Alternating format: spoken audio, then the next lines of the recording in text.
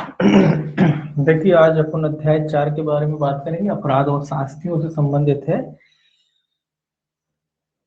ये सेक्शन 15 से शुरू होता है, लगभग 40 सेक्शन तक जाता है। सेक्शन 15 से लेके सेक्शन 40 तक अपराध और शास्तियों के बारे में बताया गया। इसको ध्यान से पढ़ना है, इसमें से पूछे जाते हैं। पनिशमेंट इसके पूछे जाते हैं। तो सेक्शन 15 जो है इसका,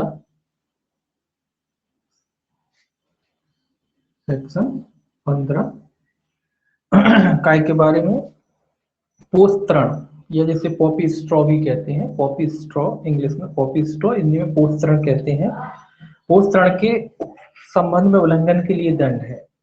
या जैसे पॉपी स्ट्रॉ भी आराम से याद कर सकते हो, एक ही बात है। ये देखिए ये धारा क्या कहता है। ये कहता है जो कोई इस अधिनियम के किसी उपबंध या उसके बनाए गए किसी नियम या निकाले गए किसी आदेश या दी गई किसी अनुज्ञप्ति की शर्त के उल्लंघन में पोस्तरण का उत्पादन करता है। क्या क्या करता है?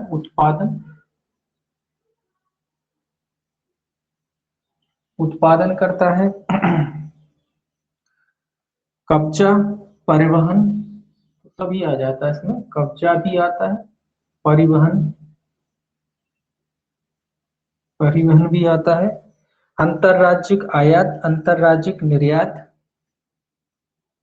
हाँ बना दी, अंतरराज्यिक आयात, अंतरराज्यिक निर्यात।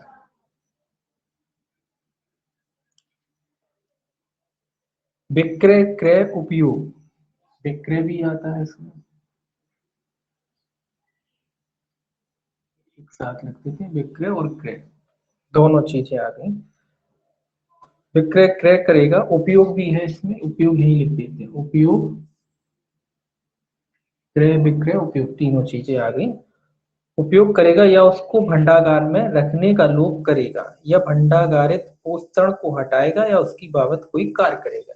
इसके अलावा ये भी कहते हैं कि जो स्टोर हाउस होते हैं, वेयर हाउस होते हैं, उसमें रखने या तो मना करता है, भंडागार में रखने का लोभ करता है, भंडागार में पोषण को हटाता है, पहले से रखा हुआ उसको हटा देता है। तो इस धारा यानी धारा 15 के अधीन ऐसा व्यक्ति क्या होगा? दोषी होगा। भंडागार में या वेयर हाउस कह लीजिए, जो वेयर हाउस होते हैं जहाँ ये रखा जाता है उसमें से हटाता है, बगैर अनुमति के हटाता है, या रखने से मना करता है, दोनों चीजें हैं, तो वो इस धारा के अधीन दोषी होगा। इसमें 3 प्रकार के पनिशमेंट दिए गए हैं, लगभग सभी सेक्शनों में हो। और एक बात ध्यान में रखिएगा, यहाँ जो दंड है सब कठोर है, रिगरस जिसे कहते हैं।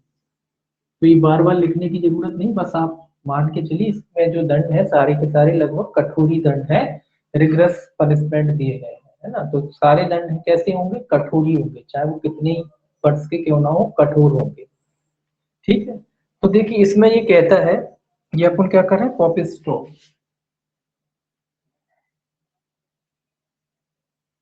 या पोस्तरण, एक ही बात है।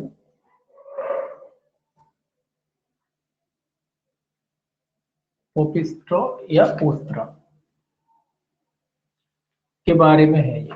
दंड काय के बारे में आपको केवल इस नाम याद रखना, पॉपी याद रखना, पॉपी, बस पॉपी स्ट्रॉ या पोस्तरण याद रखना, पोस्तरण एक ही बात है। पॉपी याद रखना, पॉपी के लिए दंड काय में है? 15 में। ठीक है, कार्टून आता था ना पॉपी, वो याद रखना 15 में, पॉपी के लिए दंड है 15 में। ठीक है, अब क्या करता है पॉपी, देखिए ये कह रहा है ए, इसमें 3 मात्रा है, अल्प मात्रा या स्मॉल क्वांटिटी में है, और जो स्मॉल क्वांटिटी से तो ज्यादा है, लेकिन जो आपका कमर्शियल क्वांटिटी होती है उससे कम है, तो दूसरे में दंड है। और तीसरा जो है आपकी जो कमर्शियल क्वांटिटी होती है या वाणिज्यिक मात्रा होती है उसके लिए दंड है। तो 3 क्वांटिटी में दंड दे रखा है। इसमें अल्प मात्रा के बारे में ये कह रहा है कि अगर कोई अल्प मात्रा या स्मॉल क्वांटिटी में कोई अपराध करता है, छोटी मात्रा में अपराध करता है, तो कितनी सजा है। पहला ये कहता है जहाँ उल्लंघन अल्प मात्रा से संबंधित है वह कठोर कारावास है जिसकी अवधि 1 वर्ष तक की हो सकेगी, या जुर्माने से जो 10,000 रुपए तक का हो सकेगा, अथवा दोनों। तो यहाँ कितनी सजा होगी अगर अल्प मात्रा है या स्मॉल क्वांटिटी में? तो 1 वर्ष तक का कारावास, या फाइन का एफ बनाया है, फाइन, या दोनों। क्या कर सकते हैं? 1 वर्ष तक का कारावास होगा उससे, और फाइन नहीं, 10,000 रुपये। फाइन में कितना होगा? 10,000 रुपये। फाइन में कितना है? 10,000।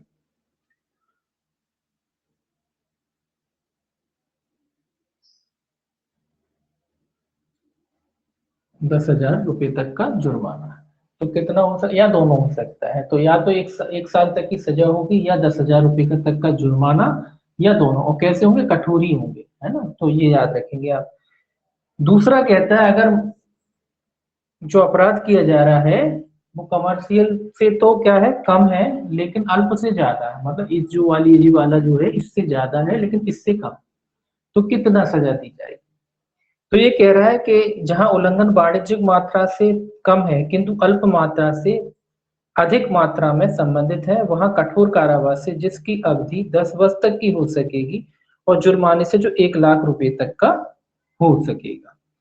तो ये कितना होगा, अगर वाणिज्य अल्प मात्रा से अधिक है, बस इतना याद रखिए, अल्प मात्रा से अधिक है, वाणिज्य से कम है, अल्प से अधिक है, तो कितना होगा इसमें, 10 वर्ष। 10 वर्ष तक का कारावास से हो सकेगा और जुर्माने से, प्लस जुर्माने से कितना होगा, 1 लाख।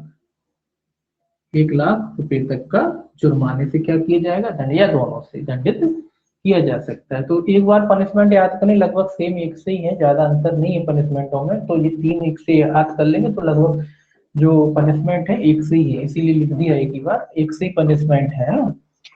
अब ये कह रहा है तीसरा, जहां उल्लंघन वाणिज्यिक मात्रा से संबंधित है वहां कठोर कारावास से जिसकी अवधि 10 वर्ष से कम की नहीं होगी किंतु 20 वर्ष तक की हो सकेगी और जुर्माने से भी जो 1 लाख रुपए से कम का नहीं होगा किंतु 2 लाख रुपए तक का हो सकेगा। तो ये कह रहा है कि अगर वाणिज्यिक मात्रा है, कमर्शियल मात्रा है, उससे अधिक मात्रा, या कमर्शियल मात्रा या उससे अधिक मात्रा से आपने अपराध किया है तो कितनी सजा होगी इसमें,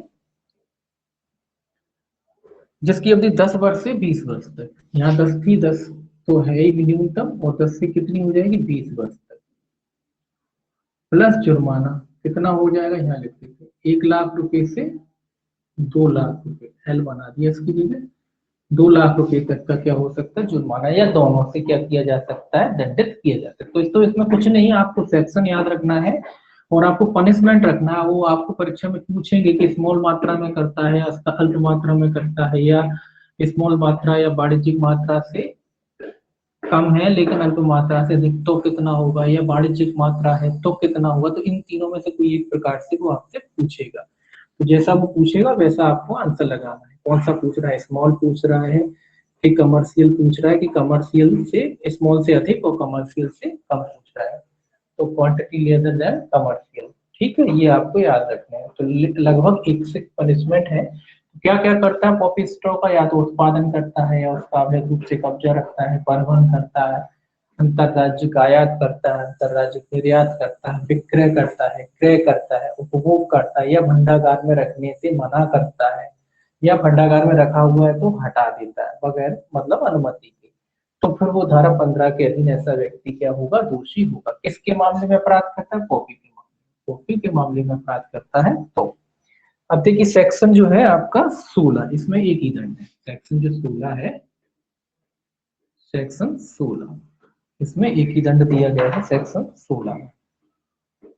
ये कहता है कोका के पौधे और कोका की पत्तियों के संबंध में उल्लंघन के लिए दंड। तो ये यहाँ आपको याद रखना कोका, बस यहाँ क्या था, कोका, एक ही शब्द याद रखना बस। कोका का उल्लंघन है कितने में, 16 में। कॉपी का उल्लंघन कितने में, 15 में। तो एक एक शब्द याद रखेंगे, याद हो जाएगा। आप कोका की बात हो रही है, स्वाभाविक सी बात है, उसके प्लांट की बात होगी, उसके लीव्स की बात होगी, पत्तियों की बात होगी, इन सब की बात हो, तो इसमें प्लांट, पूरे प्लांट की बात हो रही, तो केवल एक शब्द याद रखना है आपको, तो कोका, कोका का उल्लंघन है तो उसके लिए दंड कितने में है, 16 में। अगर कोई व्यक्ति कोका के संबंधित पौधे का है, जो पौधा होता है उसके पौधे या पत्तियों के संबंध में उल्लंघन करता है तो कितने में, 16 में। ये देखिए ये क्या कहता है, ये कहता है जो कोई इस अधिनियम के किसी उपबंध या उसके अधीन बनाए गए किसी नियम या निकाले गए किसी आदेश या दी गई अनुज्ञप्ति की शर्त के उल्लंघन में किसी कोका के पौधे की खेती करेगा, या कोका के पौधे के किसी भाग का संग्रह करेगा, या कोका की पत्तियों का उत्पादन, कब्जा, विक्रय, क्रय, परिवहन, अंतरराज्यिक, देखिए ये सारी चीजें इसलिए मिटा रही नहीं, मतलब सब उत्पादन, कब्जा, परिवहन, विक्रय और खेती और आदि। तो खेती वगैरह जो करता है वो सारी चीजें इसमें आती है, अंतरराज्यिक आयात करता, निर्यात करता, उत्पादन करता, विक्रय करता है, ये सारी बातें करता है, तो वो कठोर कारावास से जिसकी अवधि कितनी होगी, 10 वर्ष तक की हो सकेगी और जुर्माने से जो 1 लाख रुपए तक का हो सकेगा। कितनी सजा होगी, ये जो सेकंड वाली सजा है ना, यही सजा है इसमें, कितनी होगी, 10 वर्ष तक के कारावास से प्लस जुर्माने से, जो वह कठोर कारावास से जिसकी अवधि 10 वर्ष तक की हो सकेगी, और जुर्माने से जो 1 लाख रुपए तक हो सकेगा, और जुर्माने से 1 लाख रुपए तक का जुर्माना, या दोनों से क्या किया जाएगा, दंडित। कठोर है पूरे कारावास, जो जो पनिशमेंट दिए गए रेगुलर है, तो सर बार बार लिखा नहीं कि कठोर कठोर, रेगुलर ही है ये सब। कैसे कठोर है, कठोर के साधारण, तो यहाँ ध्यान में रखना है कठोर है, इसीलिए इस पे भी ध्यान में बिल्कुल ध्यान रखने वाली बात है। नहीं वहां लिख देंगे कि 10 वर्ष तक का, जैसा न्यायालय उचित समझे, जैसा न्यायालय उचित नहीं समझे, कठोर है बस, रेगुलर है, ठीक है। तो कितनी सजा है, 10 वर्ष तक के कारावास से या 1 लाख। मैंने कहा ना सजा लगभग एक सी है, इसीलिए पहले ये याद कर लेंगे आप, एक ही सजा, उसके बाद आपको दिक्कत कभी कोई सेक्शन में नहीं आएगी। बस आपको याद रखना है यहाँ कोका में कितनी, 10 साल की सजा लगभग एक सी, बाकी सब में लगभग एक सी, इसमें एक ही सजा है। तो कितनी सजा, वाणिज्यिक मात्रा तो बहुत कम होती है, ये भी आप लगा लो, मतलब स्मॉल तो कम ही होता है, तो ये वाली है, ये थोड़ा ज्यादा हो जाता है, तो बीच का कौन सी सजा आएगी, ये आएगी, ठीक है ना, बीच की जो सजा है वो है, ठीक है। अब देखिए कि 15 में कॉपी हो गया और 16 में कोका हो गया। अब 17 कहता है निर्मित अफीम के संबंधोल्लंघन के लिए जल। तो यहाँ भी आपको एक ही सेक्शन याद रखना, एक ही चीज याद रखना, अफीम, अफीम के संबंधोल्लंघन के लिए दंड है 17 का, ऐसे संबंधित है अफीम, लेकिन कौन सी अफीम, निर्मित अफीम, मतलब जो बनाई जा चुकी है उसके बारे में अफीम, तो अफीम ही याद रखें आप, कोई दिक्कत नहीं, निर्मित याद भी नहीं रखें कोई दिक्कत नहीं। तो आप एक ही शब्द याद रखना है यहाँ, क्या, अफीम। अफीम का उल्लंघन कितने में है, धारा 17, कॉपी का उल्लंघन 15 में, कोका का इसमें 16 में, और 17 में अफीम। तो कॉपी कोका अफीम, ठीक है, कॉपी कोका अफीम, कॉपी कोका कोला पी के अफीम खाता है, ठीक है ना, याद हो गया। तो इस तरीके से याद करना, कॉपी क्या करता है, कोको कोला पीता है फिर अफीम खा लेता है, तो 17 तक, ठीक है। क्रम आपको पता ही है, 15 से शुरू होती है, 15 16 17, ठीक है।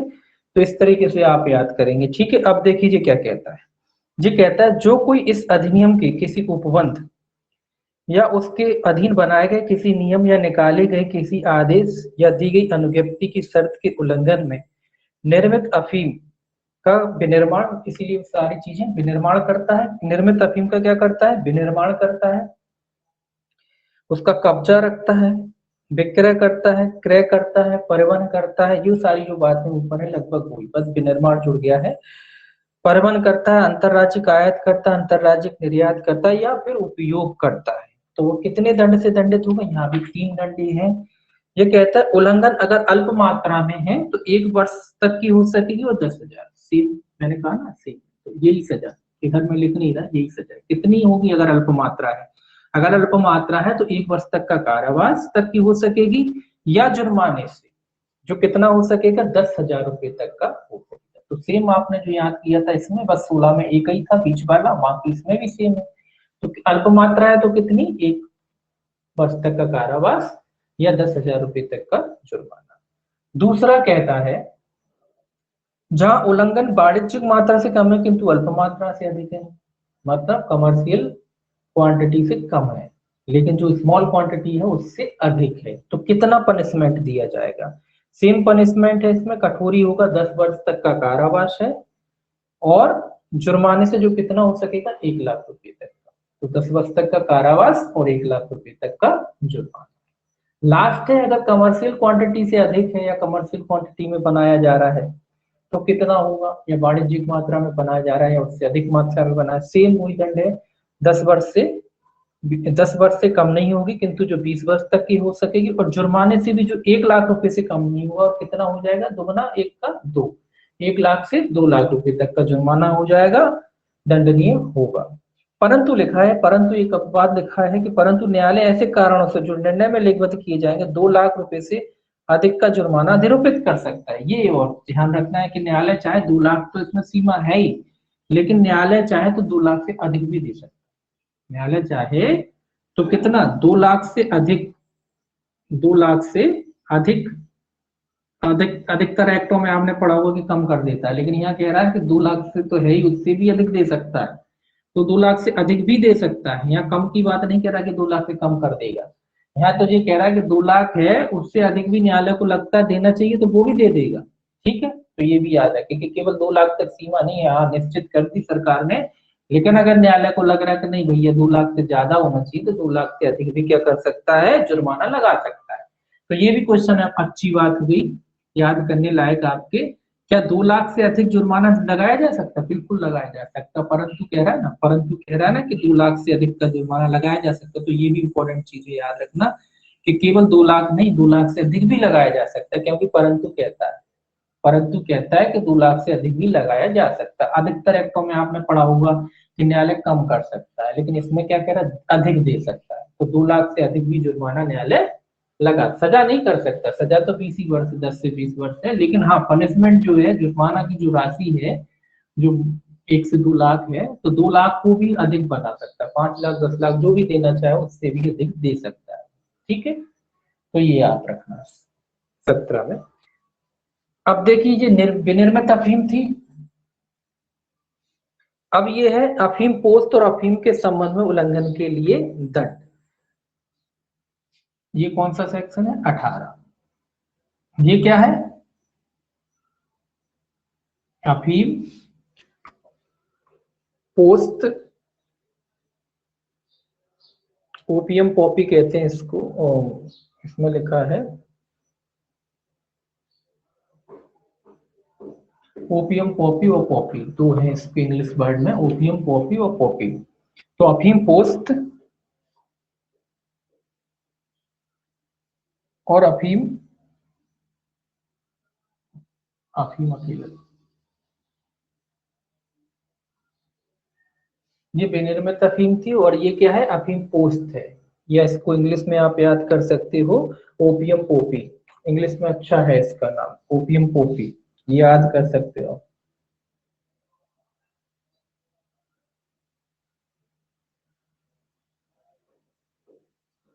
ओपियम पोपी है और ओपियम, तो ये नाम आपको आसानी से याद हो जाएंगे, ओपियम पॉपी और ओपियम, क्या कर सकते हो आप, याद कर सकते हो। ठीक है, अब देखिए आप क्या करना है आपको 18 में देखिए क्या कहता है, 18 कहता है जो कोई इस अधिनियम के किसी उपबंध या उसके अधीन बनाए गए किसी नियम या निकाले गए किसी आदेश या दी गई किसी अनुज्ञप्ति की शर्त के उल्लंघन में निर्मित अफीम पोस्त की खेती या अफीम का उत्पादन, विनिर्मित, कब्जा, विक्रय, क्रय, परिवहन, अंतरराज्यिक आयात, अंतरराज्यिक निर्यात या उपयोग करेगा। तो सेम बातें आ रही हैं अफीम के बारे में कि अगर कोई व्यक्ति अफीम की खेती करता है, उसका उत्पादन करता है, विनिर्माण करता है, कब्जे में रखता है या परिवहन करता है, ये सारे जो अपराध हैं, जो उत्पादन, कब्जा, विक्रय, परिवहन, आयात, ये सारी चीजें करता है, तो उसे कितने दंड से दंडित किया जाएगा। सेम दंड है इसमें भी, अगर अल्प मात्रा में करता है तो 1 वर्ष तक का कारावास और 10,000 रुपए तक के जुर्माने से ऐसे व्यक्ति को क्या किया जाएगा, दंडित किया जाएगा। और अगर वही मात्रा कमर्शियल क्वांटिटी से कम है लेकिन स्मॉल क्वांटिटी से क्या है, ज्यादा है, तो कितने दंड से दंडित किया जाएगा, 10 वर्ष से। ये 10 जहां उल्लंघन वाणिज्यिक मात्रा से संबंधित है, कठोर कारावास से जिसकी अवधि 10 वर्ष से कम की नहीं हो, किंतु जो 20 वर्ष तक की हो सकेगी, वाणिज्यिक मात्रा से संबंधित है। ठीक है, ऊपर नीचे कर दिया। तो अगर वाणिज्यिक मात्रा वाली बात है तो कितनी क्वांटिटी में से दंडित किया जाएगा उसे, 10 वर्ष से 20 वर्ष तक के कारावास से, और जुर्माना कितना होगा, 1 लाख रुपए से 2 लाख रुपए की, वाणिज्यिक मात्रा की बात कर रहा है, स्मॉल और वाणिज्यिक, ऊपर नीचे कर दिया ना, और कुछ नहीं। तीसरा कहता है, परंतु लिखा है इसमें भी, परंतु न्यायालय चाहे तो 2 लाख से अधिक जुर्माना दे सकता है। इसमें भी ये कह रहा है कि अगर वाणिज्यिक मात्रा की बात है और न्यायालय को लगता है कि 2 लाख से अधिक क्या जुर्माना देना चाहिए तो वो दे सकता है। तीसरा कहता है, किसी अन्य मामले में कठोर कारावास है जिसकी अवधि 10 वर्ष तक की हो सकेगी और जुर्माने से भी जो 1 लाख रुपए तक का होगा दंड होगा। इसमें जो है ये वाला जो है, ये वाला ना हटा के इसमें अन्य मामला कह दिया कि अन्य मामलों में, बस इसमें अंतर ये आया है, तीसरे की जगह क्या कह दिया, अन्य मामलों में। यहाँ में अल्प मात्रा और वाणिज्यिक मात्रा की बात कही है इन्होंने, और ये कहा है कि अन्य मामलों में कितना पनिशमेंट दिया जाएगा। अन्य मामलों में लिखा है 10 वर्ष से कि हो सकेगी और जुर्माने से जो 1 लाख रुपए तक का होगा। सेम सजा वही है, बस सेंटेंस थोड़ा सा बदला है। 10 वर्ष तक की कारावास से प्लस 1 लाख रुपए तक के जुर्माने से क्या किया जाएगा, ऐसे व्यक्ति को दंडित किया जाएगा। तो पनिशमेंट सेम है, बस अन्न मामला कर दिया है, वहां लिखा था वाणिज्य, तो यहाँ क्या है अन्न मामला, तो और कोई दिक्कत नहीं, पनिशमेंट सेम है, 3 ही पनिशमेंट, इसमें भी 3 है उसमें भी 3 है, सेम तरीके से दिए जा रहे हैं और सेम उसमें है, 1 साल तक का है, 10 साल तक का है, 10 से 20 साल तक का है, तो तीनों में सेम ही है, बस इसमें अन्य मामलों में कर दिए, यहाँ ये वाला हटा के जो सेंटेंस है इसकी जगह क्या कर दिया अन्य मामले, और कुछ अंतर इसमें नहीं है, ठीक है ना, तो इसमें दिक्कत भी नहीं होगी आपको। 20 साल नहीं है सर यहाँ, क्या 20 वर्ष नहीं है, 20 वर्ष नहीं है यहाँ पर, 20 वर्ष, हाँ इसमें 20 वर्ष नहीं, इसमें दूसरे में वाणिज्य मादक कठोर इसकी अवधि 10 वर्ष से कम की नहीं होगी, तो 20 वर्ष तक की हो सकेगी, 20 वर्ष है तो वाणिज्यिक मात्रा से संबंधित है। ये सी दूसरा वाला सी वाले नहीं, सी वाला हाँ 18 के सी में 20 थोड़ी होगी, 10 वर्ष तक नहीं, तो वही तो मैं आपको समझा रहा हूँ, देखिए क्रम बदल दिया ना उनने, ये लिख दिया पहले फिर ये लिख दिया और इसको नीचे लिख दिया, ये करा हूँ मैं, वो यहाँ जो वाणिज्यिक था उसकी जगह क्या लिख दिया अन्य लिख दिया, बस ये करा हूँ, कुछ अंतर नहीं, पहला लिखा ये, इसको 1 नंबर कर दिया, इसको 2 नंबर कर दिया और इसको 3 नंबर कर दिया, और यहाँ जो लेजर वाणिज्यिक मात्रा थी यहाँ अन्य कर दिया, बस और कुछ नहीं करा, है ना, तो पनिशमेंट देख लीजिए आप सेम है ना, उन्होंने क्रम बदल दिया और कुछ नहीं, लेकिन आपको क्रम से क्या करना, आपको तो ये पूछा जाएगा अल्पमात्रा वाणिज्यिक मात्रा, आपको तो बस इतना याद रखना, वाणिज्यिक मात्रा का क्या अर्थ है 10 से 20 साल, वाणिज्यिक मात्रा का मतलब 10 से 20 है, आप ये याद रखो बस, अल्प मात्रा का मतलब है 1 वर्ष, और अन्य मामलों की बात कर रहा है वो, या वाणिज्यिक मात्रा से अधिक की बात कर रहा है तो 10 वर्ष है, बस इतना याद रखना आपको,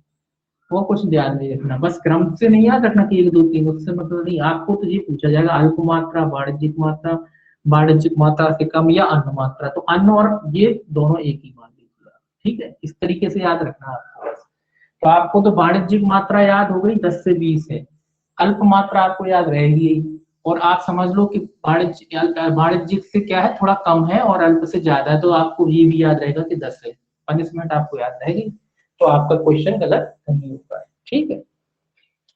अब देखिए 19 है, 19 जो है खेती है, ये इंपॉर्टेंट है, ये पूछा जाता है, ये जो है वाणिज्यिक मात्रा वाला इसमें पनिशमेंट रहता है, तो ये कह रहा है तो कि इसके पनिशमेंट अच्छे हैं, पूछे जाते हैं, और एक ही कोई ना कोई एक ही पूछ लेंगे क्योंकि सब एक से हैं, बस भले ही वो कॉपी के बारे में पूछ लें, अफीम के बारे में पूछ लें, किसी के बारे में भी पूछ सकते हैं, लेकिन पूछेंगे एक आध तो पूछेंगे, और खासकर जो वाणिज्यिक मात्रा वाला है, जो ये आपका जो अभी अपन पढ़ेंगे ये पूछा जाता है खेतीहर वाला, कि अगर खेतीहर है जो किसान है जो इसकी खेती करता है, वो अगर अपराध करता है, सेक्शन 19 जो कहता है खेतीहर, जो सेक्शन 19 जो है खेतीहर के बारे में बात करता है, जो किसान है ये कह रहा खेतीहर द्वारा अफीम के गबन के लिए, किस गबन कर रहा है, काय का गबन, अफीम का किसान है जो अफीम का, वो क्या कर रहा है गबन कर रहा है, मतलब जो फसल होती है उस फसल को क्या करा उसने, इसमें जिम्मेदारी आप जानते हैं क्या, अफीम को क्या बोलते हैं पोपियम बोलते हैं, तो ये भी याद रखना है, इसका इंग्लिश नाम पोपियम, तो पोपियम का गबन करता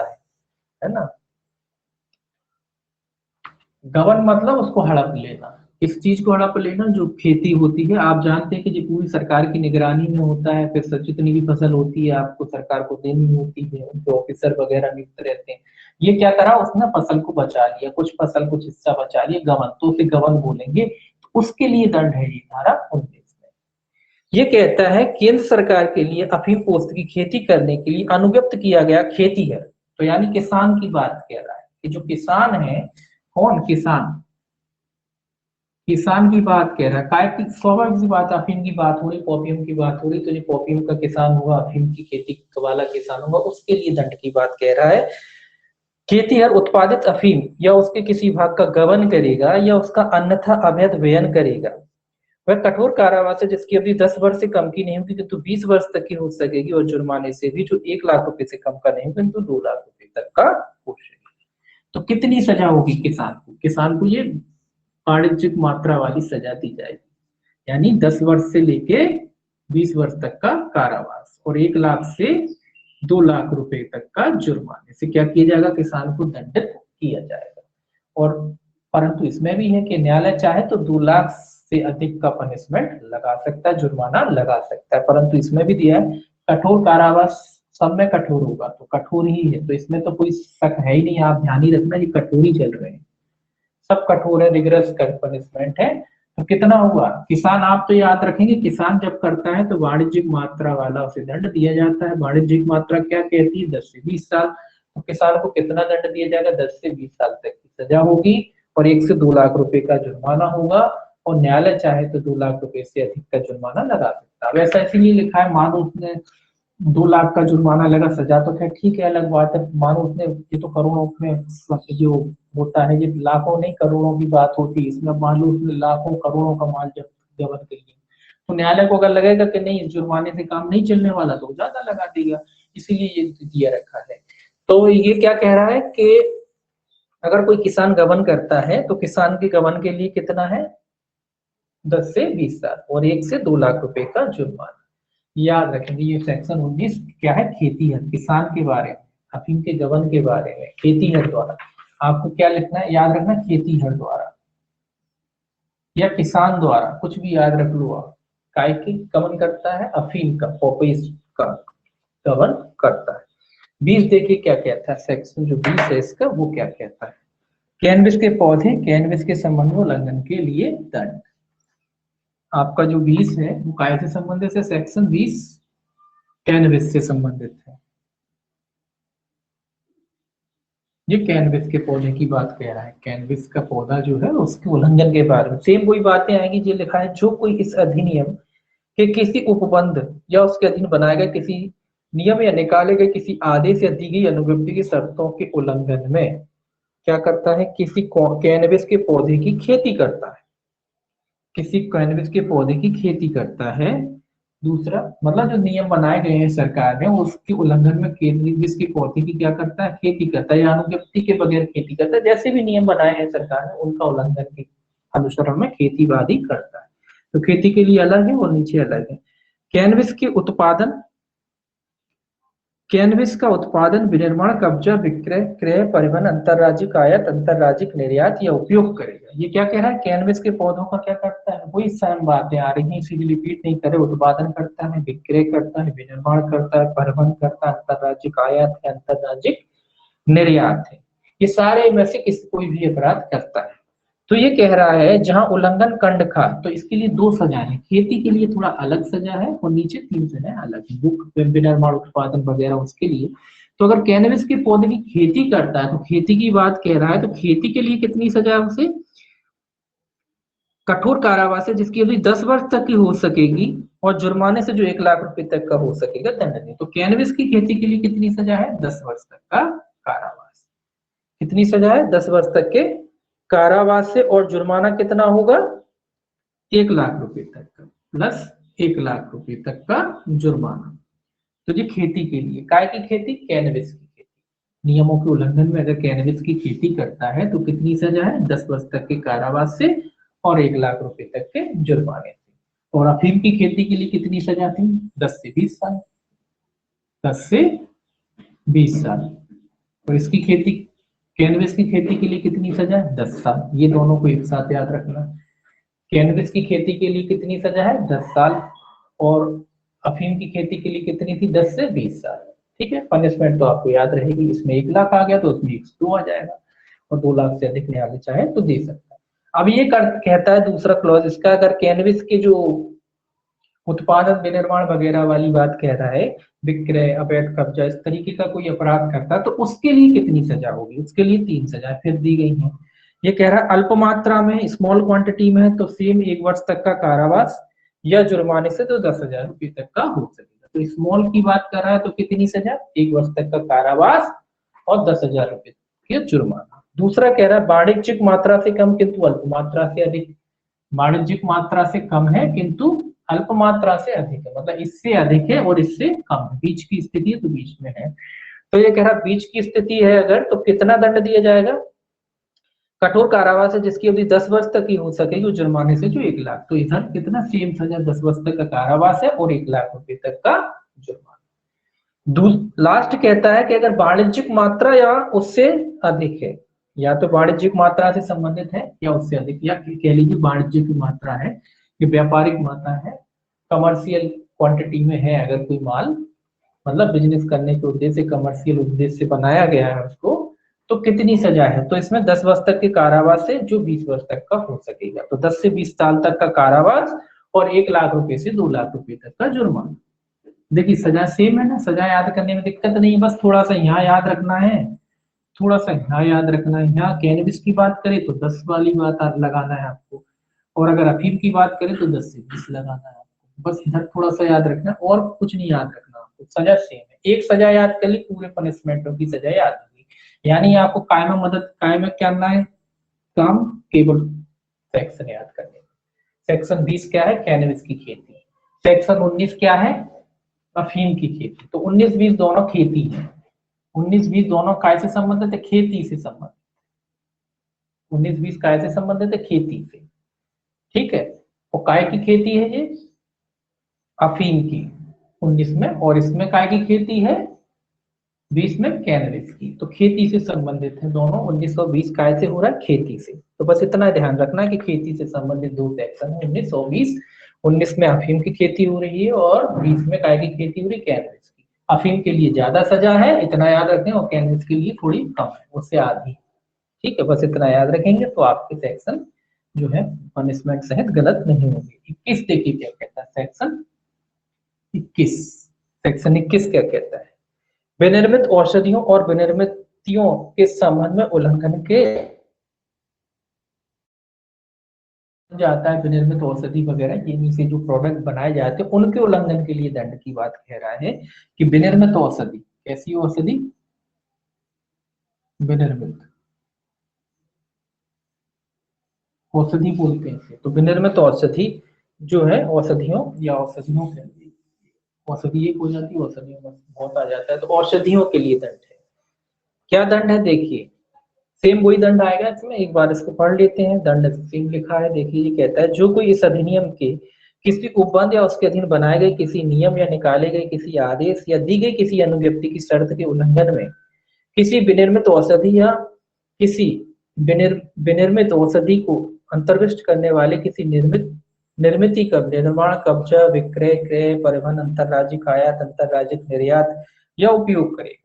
सारी चीजें आ गई कि अगर विनिर्मित औषधि वगैरह है जो इससे बनाए गए प्रोडक्ट हैं, एक तरीके से आप ये याद रखिए, विनिर्मित औषधि मतलब जो भी अफीम से बनते होंगे कुछ प्रोडक्ट, कैनबिस से बनते होंगे, तो जो भी प्रोडक्ट बनते हैं उनके बारे में बात कर रहा है कि अगर अनुज्ञप्ति का उल्लंघन करता है कोई व्यक्ति, उनका उपभोग करता है, उनका विनिर्माण करता है, उनको कब्जे में रखता है, उनको परिवहन करता है ना, सारी चीजें हैं। तो इनका उल्लंघन अगर कोई व्यक्ति शर्तों की उल्लंघन में अगर ये सारे काम करता है और अगर उसकी अल्प मात्रा है, ये कह रहा है अगर उल्लंघन अल्प मात्रा में करता है तो कितने दंड से दंडित किया जाएगा?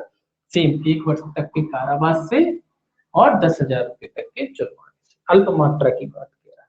और अगर अल्प मात्रा से अधिक है, यानी कि स्मॉल क्वांटिटी जो है आपकी उससे अधिक है और कमर्शियल से कम है, स्मॉल से अधिक और कमर्शियल से ज्यादा, तो कितने दंड से दंडित किया जाएगा? वही सेम बात इसमें कह रहा है। तो वो 10 वर्ष तक की हो सकेगी जुर्माने से जो 1 लाख। तो कितना है? 10 वर्ष तक की कारावास से और जुर्माने से। जुर्माना कितना होगा? 1 लाख रुपए तक का। अगला कह रहा है कि अगर वाणिज्यिक मात्रा में, कमर्शियल मात्रा में, तो 10, जहां कमर्शियल की बात आए समझ लो बड़ा दंड है, यानी 10 से 20। तो 10 से 20 साल तक के कारावास से दंडित किया जाएगा, जुर्माना भी दुगना हो जाएगा, 1 से 2 लाख रुपए तक का। और ये आप परंतु सभी में लगा हुआ है कि अगर न्यायालय चाहेगा तो 2 लाख से अधिक का पनिशमेंट सभी में दे सकता है। 2 लाख कोई मैक्सिमम लिमिट नहीं है, ये ध्यान रखें। हाँ लिमिट कर दी है लेकिन कोई मैक्सिमम लिमिट नहीं है, न्यायालय चाहे तो लगा सकता है। न्यायालय को और भी अधिकार दे रखी है, 2 लाख से ऊपर भी दे रखी है कि 2 लाख से ऊपर भी न्यायालय को अगर ठीक लगे, मतलब न्यायालय पे छोड़ दिया। सरकार ने तो कह दी कि 2 लाख तक वसूल लो, लेकिन अगर आपको ठीक लगे तो आप जितना चाहे वसूल लो, यानी न्यायालय के विवेक पे छोड़ दिया कि 2 लाख से ऊपर भी लगाना चाहे साधारण परिस्थितियों में तो 1 से 2 लाख है ही, लेकिन अगर आपको लगता है कि नहीं 2 लाख से ऊपर वसूलना चाहिए तो खूब वसूल सकते हो, तो वो 1 से 2 लाख, 2 लाख से अधिक न्यायालय चाहे तो वसूल सकता है, ठीक है। अब सेक्शन देखिए 22, सेक्शन जो 22 है काय से संबंधित है। ये कह रहा है मन प्रभावी पदार्थों के संबंध में उल्लंघन के लिए दंड। तो मन प्रभावी पदार्थ मतलब जो अपन एनडीपीएस कहते हैं, जिसे एनडीपीएस ही लिखेंगे, एनडीपीएस संबंधी जो पदार्थ है उनके उल्लंघन के लिए दंड है, उल्लंघन के लिए। तो आप एनडीपीएस याद रखो। तो एनडीपीएस पदार्थ जो होते हैं, एनडीपीएस जो पदार्थ होते हैं उसके संबंध में उल्लंघन के लिए क्या है, दंड है।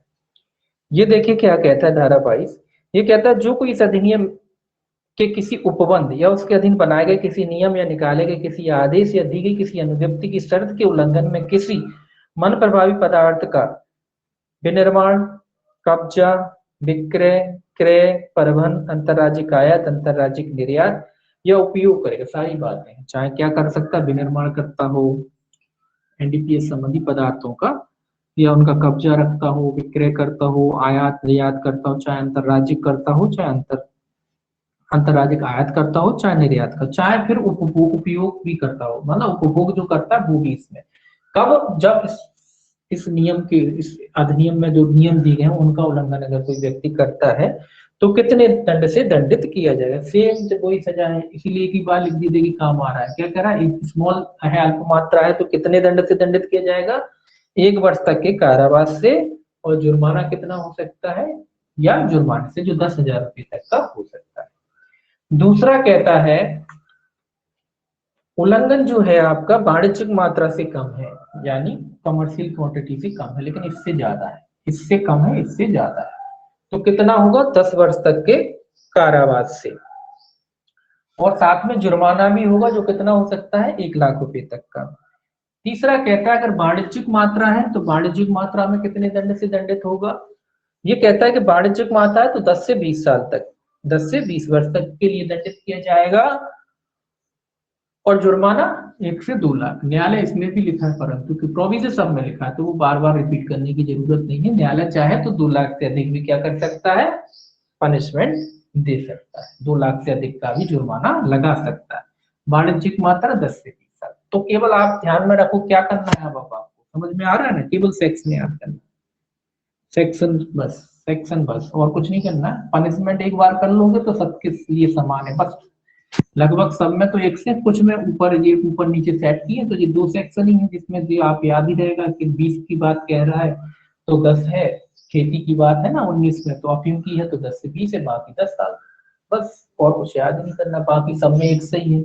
ये याद करना, अल्प वाणिज्यिक और वाणिज्यिक मात्रा से कम, अल्प मात्रा से अधिक, वाणिज्यिक, 3 शब्द याद रखने हैं, बस सेट कर देना है आपको क्या, पनिशमेंट। तो 22 क्या है, एनडीपीएस से संबंधित जो पदार्थ है उनके उल्लंघन के लिए दंड। अब देखिए 23 क्या कहता है, सेक्शन 23।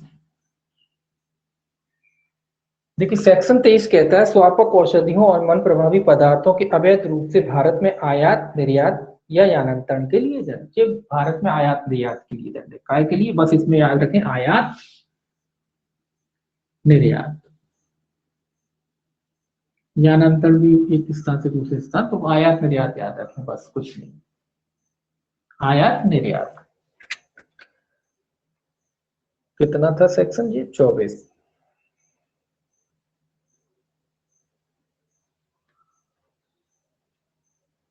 नहीं 23 है ये पनिशमेंट, सेक्शन 23 है जी, आयात निर्यात। इंपोर्ट एक्सपोर्ट याद रख सकते हैं, इंपोर्ट एक्सपोर्ट है ना, दोनों इंपोर्ट एक्सपोर्ट अगर कोई व्यक्ति करता है वो भी कब, इस अधिनियम के उल्लंघन। तो सेम वही बातें आएंगी कि कोई व्यक्ति अगर अनुज्ञप्ति के उल्लंघन में, इसको पढ़ देता हूं एक बार। ये कह रहा है जो कोई इस अधिनियम के किसी उपबंध या उसके अधीन बनाए गए किसी नियम या निकाले गए किसी आदेश या दी गई अनुज्ञप्ति या अनुज्ञा पत्र की शर्त या उसके अधीन जारी की गए प्रमाण पत्र प्राधिकार के उल्लंघन में किसी स्वापक औषधि या मन प्रभावी पदार्थ का भारत में आयात करेगा, भारत में निर्यात करेगा या यानांतरण करेगा, मतलब जो इस अधिनियम के नियम बनाए गए हैं या लाइसेंस दिए गए उनके उल्लंघन में अगर कोई व्यक्ति भारत में आयात निर्यात करता है, इंपोर्ट एक्सपोर्ट करता है एनडीपीएस संबंधी जो पदार्थ है उनका, तो कितने दंड से दंडित किया जाएगा। ये कह रहा है सिंपल वही बात है कि अगर अल्प मात्रा में करेगा ऐसा व्यक्ति तो 1 वर्ष तक के कारावास से या 10,000 रुपए तक के जुर्माने से दंडित किया जाएगा, और अगर वो मात्रा अल्प मात्रा से अधिक है और काय से कम है, वाणिज्यिक से कम है, तो कितने से हो जाएगा वो, 10 वर्ष तक के कारावास से और 1 लाख रुपए तक के जुर्माने। और अगर वही मात्रा वाणिज्यिक मात्रा है तो कितने दंड से दंडित किया जाएगा, 10 से 20 साल तक के कारावास से और 1 लाख रुपए से 2 लाख रुपए तक के जुर्माने से। न्यायालय चाहे तो 2 लाख से अधिक का जुर्माना लगा सकता है। कारावास कठोरी, सब में कठोर कारावास। ठीक है, अब इसके बाद देखिए 24 है जो धारा 12 के उल्लंघन में श्वापक औषधि और मन प्रभावी पदार्थों के भाव व्यवहार के लिए निर्बंध। इसको मिटा ले पहले, देखिए क्या कहता है।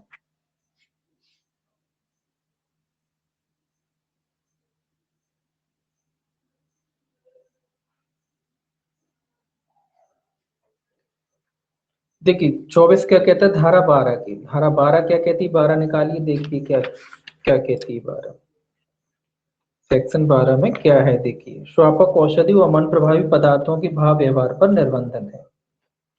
सेक्शन 12 में भाव व्यवहार पर निर्बंधन केंद्र सरकार लगाती है, उसके बारे में कह रहा है। तो ये देखिए यहाँ लिख लेते हैं सेक्शन 24। सेक्शन 24 कहता है धारा 12 के उल्लंघन में श्वापक औषधि और मन प्रभावी पदार्थों के भाव व्यवहार के लिए दंड। तो ये एनडीपीएस याद रखेंगे, एनडीपीएस के कैसे, वाह व्यवहार, बाहर व्यवहार जो किया जाता है भेजने वाला उसके लिए। तो देखिए इसको पढ़ने क्या कहता है, ये कहता है जो कोई किसी ऐसे व्यापार में लगेगा, कैसा व्यापार, या उसका नियंत्रण करेगा जिसके द्वारा कोई श्वापक औषधि या कोई मन प्रभावी पदार्थ केंद्र सरकार के पूर्व प्राधिकार के बिना या धारा 12 के अधीन दिए गए किसी ऐसे प्राधिकार की शर्तों से यदि कोई हो, अन्यथा भारत के बाहर अभिप्राप्त किया जाता है और उसका भारत से बाहर किसी अन्य व्यक्ति को प्रदाय किया जाता है, वह कठोर कारावास है जिसकी अवधि 10 वर्ष से कम की नहीं होगी किंतु जो 20 वर्ष तक की हो सकेगी, और जुर्माने से भी जो 1 लाख रुपए से कम का नहीं होगा किंतु जो 2 लाख रुपए तक का हो सकेगा, दंडनीय होगा। परंतु न्यायालय ऐसे कारणों से जो निर्णय में लिखित किए जाएंगे 2 लाख रुपए तक से अधिक का जुर्माना अधिरोपित कर सकता है। तो ये वाला क्या कह रहा है, बिजनेस के बारे में कह रहा है, कोई व्यापार करेगा भारत के बाहर, कोई व्यक्ति भारत के बाहर व्यापार करता है और अन्य व्यक्ति जो हमारे देश की जो केंद्र सरकार द्वारा जो बनाए गए नियम है उनका उल्लंघन करता है या व्यक्ति की शर्तों का उल्लंघन करता है और भारत के बाहर क्या करता है, किसी एनडीपीएस संबंधी जो भी पदार्थ है उनका व्यवहार करता है। कई लोग होते हैं ना, मान लो भारत की कंपनी विदेश में जाके वो क्या ड्रग्स सप्लाई कर रही है, ऐसा मामला हो सकता है ना, तो उस मामले की बात कह रहा है कि यहाँ का कोई व्यक्ति है, कंपनी है, वो विदेश में, यहाँ तो नहीं कर रहे, यहाँ तो बड़े शरीफ बन के रह ले, लेकिन विदेशों में सप्लाई कर रहे हैं, कई लोग होते हैं इस तरीके। तो इस तरीके का अगर कोई व्यक्ति व्यापार करता है वो इस उल्लंघन में, अगर अनुमति होती तो बात अलग है, अनुज्ञप्ति के उल्लंघन में, शर्तों के केंद्र सरकार की अनुज्ञप्ति के उल्लंघन में इस तरीके का अगर कोई व्यक्ति अपराध करता है तो कितनी सजा होगी, ये वाली वाणिज्यिक वाली सजा दी जाएगी उसे, यानी 10 साल से 20 साल तक का कारावास और 1 लाख रुपए से 2 लाख रुपए तक के जुर्माने से दंडित किया जाएगा। और न्यायालय चाहे तो 2 लाख रुपए से अधिक का क्या लगा सकता है, जुर्माना लगा सकता है। तो यहाँ भी कितनी सजा है, 10 से 20 साल। ठीक है, और जुर्माना 1 से 2 लाख, न्यायालय चाहे तो 2 लाख से अधिक लगा सकता है। ये भी कैसा, कठोर, कठोर के अलावा कोई इसमें नहीं, सॉफ्ट कॉर्नर कहीं नहीं है, तो कठोर 10 से 20 साल तक का कठोर कारावास और 1 से 2 लाख रुपए का जुर्माना, और न्यायालय चाहे तो 2 लाख से अधिक का जुर्माना भी लगा सकता है। तो इसमें भी सेक्शन ही याद रखना कि वाहन व्यवहार की बात कह रहा है। इस तरीके से याद रखें कि बिजनेस करता है, व्यापार करता है, विदेश में करता है, काय का विदेश में व्यापार कर रहा है, एनडीपीएस का कर रहा है। ठीक, अब देखिए धारा 25 क्या कहती है, सेक्शन जो है 25 क्या कहता है। सेक्शन 25 कहता है किसी अपराध के किए जाने के लिए किसी परिसर आदि के उपयोग की अनुज्ञा देना। ये इंपॉर्टेंट है, ये पूछा जाता है, ये परिसर याद रखें।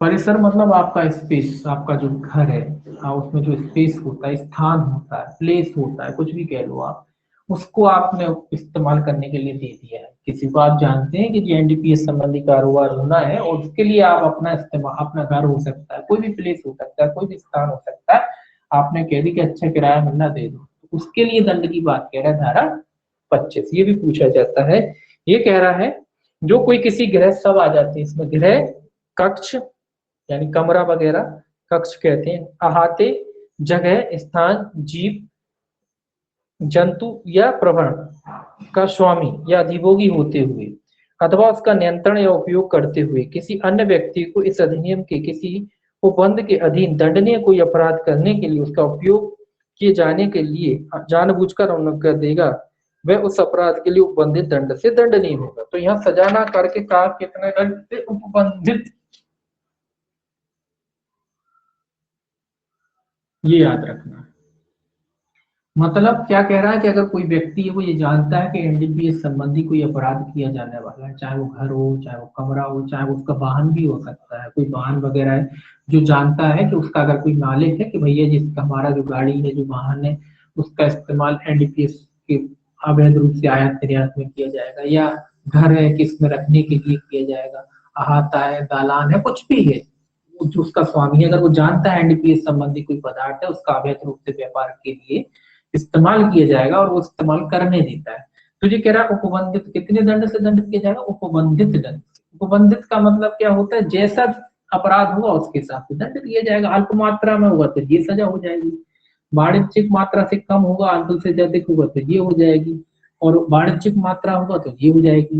मतलब जैसा दंड होगा वैसी इन्हें सजा मिलेगी। तो कितने दंड से दंडित किया जाएगा, तो आपको याद रखना उपबंधित दंड से दंडित किया जाएगा। जो मूल अपराध के लिए जो सजा होगी उसी सजा से इनको भी दंडित किया जाएगा। ठीक है, तो याद रखेंगे उपबंधित, क्योंकि ये पूछा जाता है कितने दंड से उपबंधित, आपको बस यही शब्द याद रखना उपबंधित, ये पूछा जाएगा। उसमें लिखा रहेगा 10 से 20, 10 साल, है ना उपबंधित, तो आपको याद रखना यहाँ उपबंधित आया है, इसके लिए क्या है उपबंधित, जैसी काम वैसी सजा, मतलब जैसा काम हो रहा होगा वैसी सजा दी जाएगी। 25 में, अब 25 ए और जोड़ा है इन्होंने, एक सेक्शन 25 ए और जोड़ा है। ये कहता है धारा 9 ए के अधीन किए गए आदेशों के उल्लंघन के लिए दंड। ये कह रहा है धारा 9 ए में जो आदेश दिए जाते हैं उनके उल्लंघन में दंड अगर कोई व्यक्ति करता है, ये कहता है यदि कोई व्यक्ति धारा 9 का के अधीन किए गए किसी आदेश का उल्लंघन करेगा तो वह कठोर कारावास है जिसकी अवधि 10 वर्ष तक की हो सकेगी और जुर्माने को जो 1 लाख रुपए तक का हो सकेगा दंडनीय होगा। 1 मिनट, 9 ए काय से संबंधित था आपका, इसको देख लीजिए। 9 ए है नियंत्रित पदार्थों को नियंत्रित और विनियमित करने की शक्ति से संबंधित था, उसका उल्लंघन कह रहा है कि नियंत्रित जो पदार्थ है उनको विनियमित करना है, उसका उल्लंघन अगर कोई व्यक्ति करता है नियंत्रित पदार्थ, तो आपको ये क्वेश्चन 2 तरीके से आ सकता है। एक तो ये पूछे, ऐसा नहीं पूछेंगे, उसमें ये पूछेंगे नियंत्रित पदार्थों को, तो इसके लिए आपको क्या याद होना चाहिए, 9 ए याद होना चाहिए कि 9 ए क्या है। तो याद रखना नियंत्रित पदार्थों की, या पूछेंगे 9 ए के उल्लंघन में दंड किसमें दिया गया, कितना दिया गया, तो इस तरीके से इसमें क्वेश्चन आ सकता है। तो नियंत्रित पदार्थों के उल्लंघन के लिए दंड कहाँ है, सेक्शन 25 में, या कह लीजिए 9 ए का दंड कितने में, 25 में, ऐसे भी आ सकता है। 9 ए का दंड कहाँ है, 25 में, या नियंत्रित पदार्थों के लिए कितनी सजा होगी, ठीक। तो इस तरीके से याद रखना है सेक्शन को कि 9 ए का दंड कहाँ है, 25 से, याद रहेगा, भूलोगी भी नहीं, 9 ए 25 से, ठीक है, दंड है। और इसमें कितना दंड है कि अगर कोई 9 ए का उल्लंघन करता है, धारा 9 ए का उल्लंघन करता है तो कितना दंड है, 10 वर्ष तक की हो सकेगी, कठोर कारावास कितना है, 10 वर्ष तक का, तो 10 वर्ष तक का कारावास से दंडित किया जाएगा, और जुर्माने से, और जुर्माने से जो कितना होगा, 1 लाख रुपए तक का, 1 लाख रुपए तक का जुर्माने से क्या किया जा सकता है, व्यक्ति को दंडित किया जा सकता है। ठीक है, और इसके अलावा ये कह रहा है कि अगर न्यायालय चाहे तो 1 लाख से अधिक भी जुर्माना लगा सकता है। इसमें न्यायालय 1 लाख से अधिक भी जुर्माना, अगर न्यायालय को ठीक लगता है लगाना, तो न्यायालय 1 लाख से ऊपर का भी जुर्माना लगा सकता है। ठीक है, तो याद रखेंगे नियंत्रित पदार्थों के लिए कितनी सजा है, 10 वर्ष तक की सजा है। जुर्माना 10 में 1 ही लाख चल रहा है, आपने देखा, तो 10 है तो 1 ही लाख होगा, तो 10 के संग 1 लाख है ना, 10 और 20 हो जाता है तो 2 लाख हो जाता है, 1 से 2 हो जाता है, और उससे कम है तो 10,000 है, ये भी याद रखना है ना। जुर्माने की भी 3 मात्राएं चल रही है, 10,000, 1 लाख और 1 से 2 लाख। दंड की भी चल रही 1, 10 और 10 से 20, है ना, या 1, 10, 20 कह लीजिए, 10 से 20 हो जाएगी, याद रहेगा आपको, 1, 10, 20 ऐसे भी याद कर सकते हैं, है ना। तो इससे दंड से क्या किया जाएगा, उसे दंडित किया जाएगा। अब देखिए सेक्शन 26, इधर ही लिख लेते हैं, सेक्शन 26। सेक्शन 26 है अनुज्ञप्तिधारी या उसके सेवकों द्वारा किए गए कतिपय दंडों के लिए दंड। ये लाइसेंसी की बात कह रहा है कि जो व्यक्ति लाइसेंसी है जो अनुज्ञप्ति धारण करता है या लाइसेंस धारण करता है, ऐसे व्यक्ति की बात कह रहा है कि लाइसेंस ही अगर कोई व्यक्ति है और वो लाइसेंस की शर्तों का उल्लंघन करता है तो उसे कितने दंड से दंडित किया जाएगा। ये कह रहा है यदि इस अधिनियम या इसके अधीन बनाए गए किसी नियम या निकाले गए किसी आदेश के अधीन दी गई किसी अनुज्ञप्ति अनुज्ञापत्र प्राधिकार का धारक अथवा उसके नियोजन में का और उसकी ओर से कार्य करने वाला व्यक्ति, अनुज्ञप्तिधारी तो है ही, उसके अलावा उसकी तरफ से जो भी व्यक्ति काम करता है, जो भी उसके नियोजन में लगा हुआ वो भी व्यक्ति, दोनों है, तो इसमें तो कोई खास बात नहीं है। तो अनुज्ञप्तिधारी व्यक्ति हो या उसकी तरफ से कोई अन्य व्यक्ति काम करता हो, उसका नियोजक में जो काम करता हो, उसके नौकरी में उसने किसी को रखा हो, मैनेजर हो, नौकर हो, जो भी, वो सबके लिए बात कह रहा है कि अगर वो लोग उल्लंघन करते हैं तो उन्हें कितने दंड से दंडित किया जाएगा। ये कहता है पहला, इसमें इस अधिनियम के उपबंध या उसके अधीन बनाए गए किसी नियम के अनुसार लेखा रखने या विवरणी प्रस्तुत करने या किसी युक्ति हेतु के बिना लोप करना। तो क्या क्या उल्लंघन करता है वो? ये कहता है आपने डॉक्यूमेंट लेखा रखना, मतलब सारी चीजों का लेखा जोखा कहते हैं ना, जैसे हिसाब कहते हैं, लेखा मतलब हिसाब, जो हिसाब है, जो उसका अकाउंट है उसको ठीक तरीके से नहीं रखता, अकाउंट उसका ठीक तरीके से नहीं।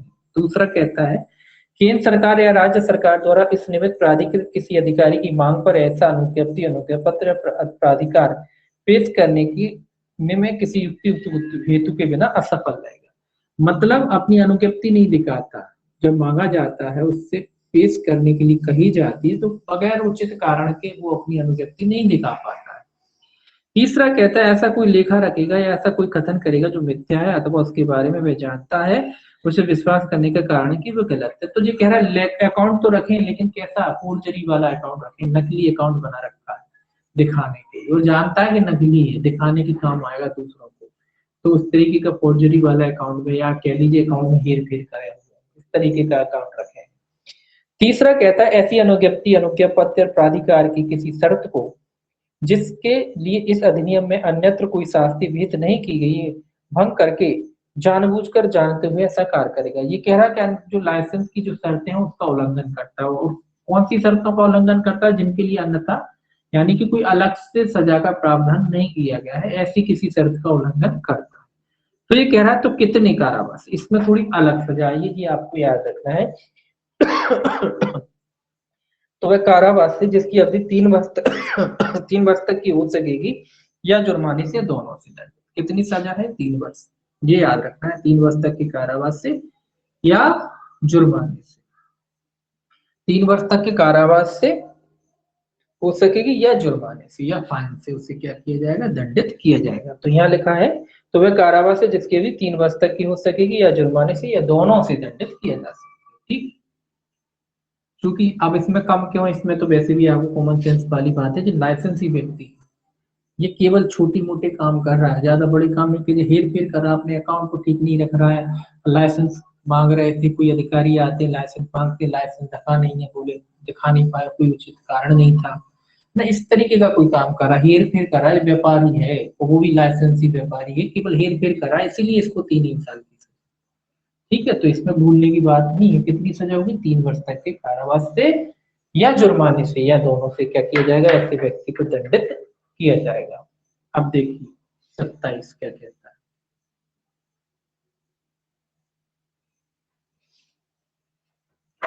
देखिए सेक्शन 27 क्या कहता है।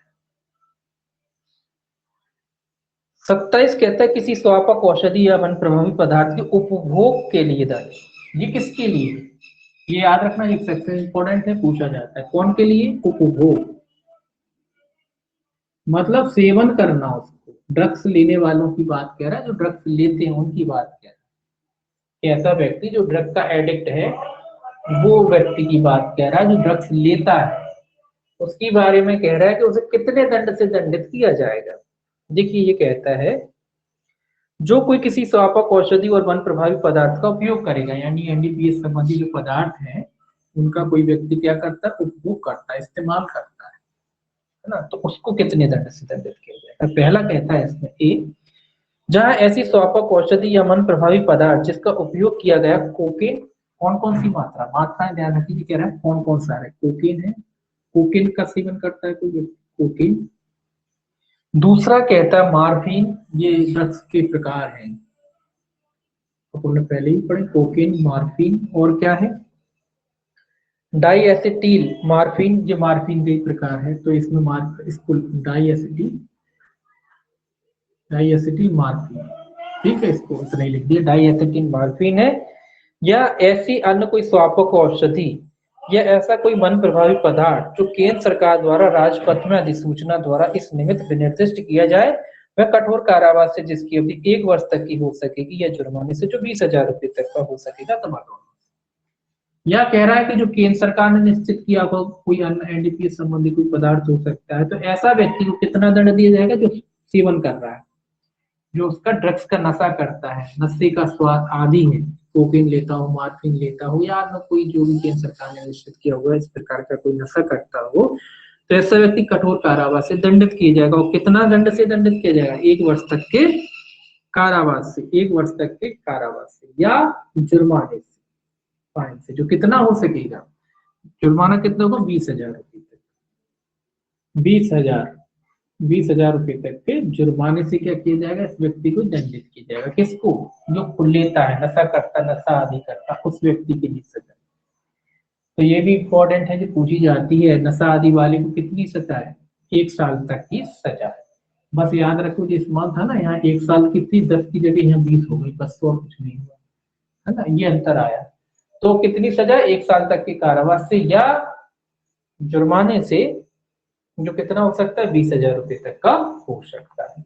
अब इसमें दूसरा भी है, देखिए इसमें, ऐसी औषधि, स्वापक औषधि या मन प्रभावी पदार्थ का उपयोग किया गया है जो खंड का में विनिर्दिष्ट औषधि या पदार्थ से भिन्न है, वह ऐसे कारावास है जिसकी अवधि 6 माह तक की हो सकेगी, या जुर्माने से जो 10,000 रुपए तक का हो सकेगा, अथवा दोनों से दंडनीय। ये कह रहा है कि अगर इनको छोड़ के अन्य कोई नशीला पदार्थ है, कोकेन, मार्फिन और डाईएसिटिल, है ना, डाईएसिटिल मार्फिन है, तो मार्फिन याद रखें, कोकेन और मार्फिन को छोड़कर अन्य कोई पदार्थ है, उसका सेवन अगर कोई व्यक्ति करता है, तो यहाँ सजा 6 माह हो जाएगी, 6 माह की सजा होगी। अन्य कोई पदार्थ यानी कोकेन नहीं है, मार्फिन नहीं है, तो कितनी सजा होगी? 6 माह तक की सजा होगी। और जुर्माने से, या जुर्माने से जो कितना हो सकेगा? 10,000 रुपए, या जुर्माने से जो कितना हो सकेगा? 10,000, इनको छोड़ के, यानी कोकेन नहीं है, मार्फिन नहीं है और डाईएसिटिल मार्फिन नहीं है, इनको छोड़ के अगर अन्य कोई नशा करता है, तो फिर कितनी सजा होगी? 6 माह तक की सजा, या 10,000 रुपए तक के जुर्माने से दंडित किया जाए। जो थोड़ा हाई लेवल का नशा है, तो ये भी हाई लेवल का, शराब से तो बहुत ऊपर के हैं, तो ये थोड़ा उस ऊपर का, बहुत ऊपर का है, लेकिन ये उससे भी ज्यादा ऊपर का है। तो ये कह रहा है कोकेन, मार्फिन वगैरह है, उसके लिए अगर कोई करता है तो 1 वर्ष तक की ही सजा है और 20,000 रुपये जुर्माना। और अगर कोकेन, मार्फिन को छोड़ के बात करता है तो 6 माह सजा है और 10,000 रुपये जुर्माना, यानी आधा, इसका आधा है। अब देखिए 27A और जोड़ा है इसमें, नहीं 27A, हाँ 27A है, यहाँ लिख लेते 27A। 27A कहता है अवैध व्यापार का वित्त पोषण करने और अपराधी को संश्रय देने के लिए दंड। ये क्या कह रहे हैं? अवैध व्यापार का, अवैध व्यापार, अवैध व्यापार करते हैं, और अवैध व्यापार करके क्या करते हैं जी? अपराधियों को संश्रय देते हैं। अपराधियों को क्या दे रहे हैं? संश्रय दे रहे हैं, या वित्त पोषण, हेल्प कर रहे हैं, मतलब हेल्प, वित्त पोषण मतलब पैसों से मदद। कैसे कर रहे हैं? पैसों से मदद कर रहे हैं, मनी से मदद कर रहे हैं, पैसों से, पैसे प्रोवाइड करा रहे हैं कि भैया तुम करो, हम दे रहे हैं, तुम करो, है ना, या उसको बचा रहे हैं, तो उसके लिए दंड है। ये कह रहा है जो कोई प्रत्यक्ष या अप्रत्यक्ष धारा 2 के खंड 7A के उपबंध 1 या उपबंध 5 तक में विनिर्दिष्ट किसी क्रियाकलाप का वित्त पोषण करने में या पूर्व वर्णित क्रियाकलापों में से किसी क्रियाकलाप में लगे किसी व्यक्ति को संश्रय देने में संलग्न होगा, वह कठोर कारावास से जिसकी अवधि 10 वर्ष से कम की नहीं होगी किंतु 20 वर्ष तक की हो सकेगी, और जुर्माने से भी जो 1 लाख रुपए से कम का नहीं होगा किंतु जो 2 लाख रुपए तक का हो सकेगा, दंडनीय होगा। तो ये कितना सजा कह रहा है कि अगर कोई व्यक्ति 10 वर्ष से कम नहीं होगी 20 वर्ष तक की, अगर इसमें है बाढ़ 10 वर्ष से 20 वर्ष तक का, जो पढ़ा 10 वर्ष से 20 वर्ष तक के कारावास से, और जुर्माना कितना होगा? 1 लाख का कम नहीं होगा, 1 लाख से 2 लाख रुपए तक का जुर्माने से दंडित किया जाएगा उससे व्यक्ति को, और न्यायालय चाहे तो 2 लाख से अधिक का जुर्माना लगा सकता है। तो देखिए सजाएं, देखिए अल्पमात्रा तो इसी में आ रही, बाकी कुछ में ये आई और कुछ में ये सजा आई। तो यही वाली जो लास्ट की सजा, क्योंकि अब ये व्यापार की बात आ गई ना, खेती व्यापार, तो उसमें 10 से 20 ही है, 10 से 20 साल तक की सजा है। खेती हो गया, व्यापार हो गया अवैध तरीके का, तो उसमें 10 से 20 ही है। एक सजा आपकी 3 वर्ष आई है, वो किसके लिए थी? वो लाइसेंसी वाले के लिए थी, है ना। बाकी सब कोई ज्यादा अंतर नहीं। 1 साल की सजा इनमें आई है, किनके लिए आई है? जो सेवन करते हैं, नशाखोरी करते हैं, नशाखोर है, ठीक है, तो इनके लिए आई है। बाकी तो सब सजा सेम की आ रही है। तो ये कितनी सजा है? 10 से 30 साल तक की सजा, 1 लाख से 2 लाख रुपए तक का जुर्माना, और न्यायालय चाहे तो 2 लाख से अधिक का जुर्माना भी लगा सकता है। अब देखिए 27 बी और जुड़ा है, 27 बी और जोड़ा हुआ है इन्होंने। ये कह रहा है धारा 8 ए के उल्लंघन के लिए था। ये कह रहा है जो कोई धारा 8 ए के उल्लंघन का दुष्प्रेरण करेगा वह ऐसे अवधि के कठोर कारावास से जो 3 वर्ष से कम का नहीं होगा किंतु जो 10 वर्ष तक का हो सकेगा। 3 ही वर्ष लिखा है रेगुलर 3 इयर्स, ठीक है। ये कह रहा है धारा 8 का के उपबंध का उल्लंघन करेगा वह ऐसे ऐसे अवधि के कठिन कारावास से जो 3 वर्ष से कम का नहीं होगा किंतु जो 10 वर्ष तक का हो सकेगा और जुर्माने से भी दंडनीय होगा। 28 ये कह रहा है धारा 8 ए। 8 ए को देखिए पहले कि भैया 8 ए है क्या, तब तो आपको ये समझ में आएगा काहे का दंड दे रहे हैं, है ना। तो 8 ए क्या कहता है देखिए, 8 ए है अपराध से प्राप्त संपत्ति से संबंधित कतिपय क्रियाकलापों का निषेध। अपराध में जो संपत्तियां प्राप्त की जाती हैं उनका निषेध करता है। तो उनसे संबंधित कोई अपराध करता है कोई व्यक्ति, जो संपत्तियां अपराध में प्राप्त की गई, तो उसका दंड कितने में? 27 में। ये भी याद रखेंगे, 8 ए का दंड कितने में? 27 में। 9 ए का दंड कितने में था? 25 में, याद है ना। 9 ए का कितने में था? 25 में।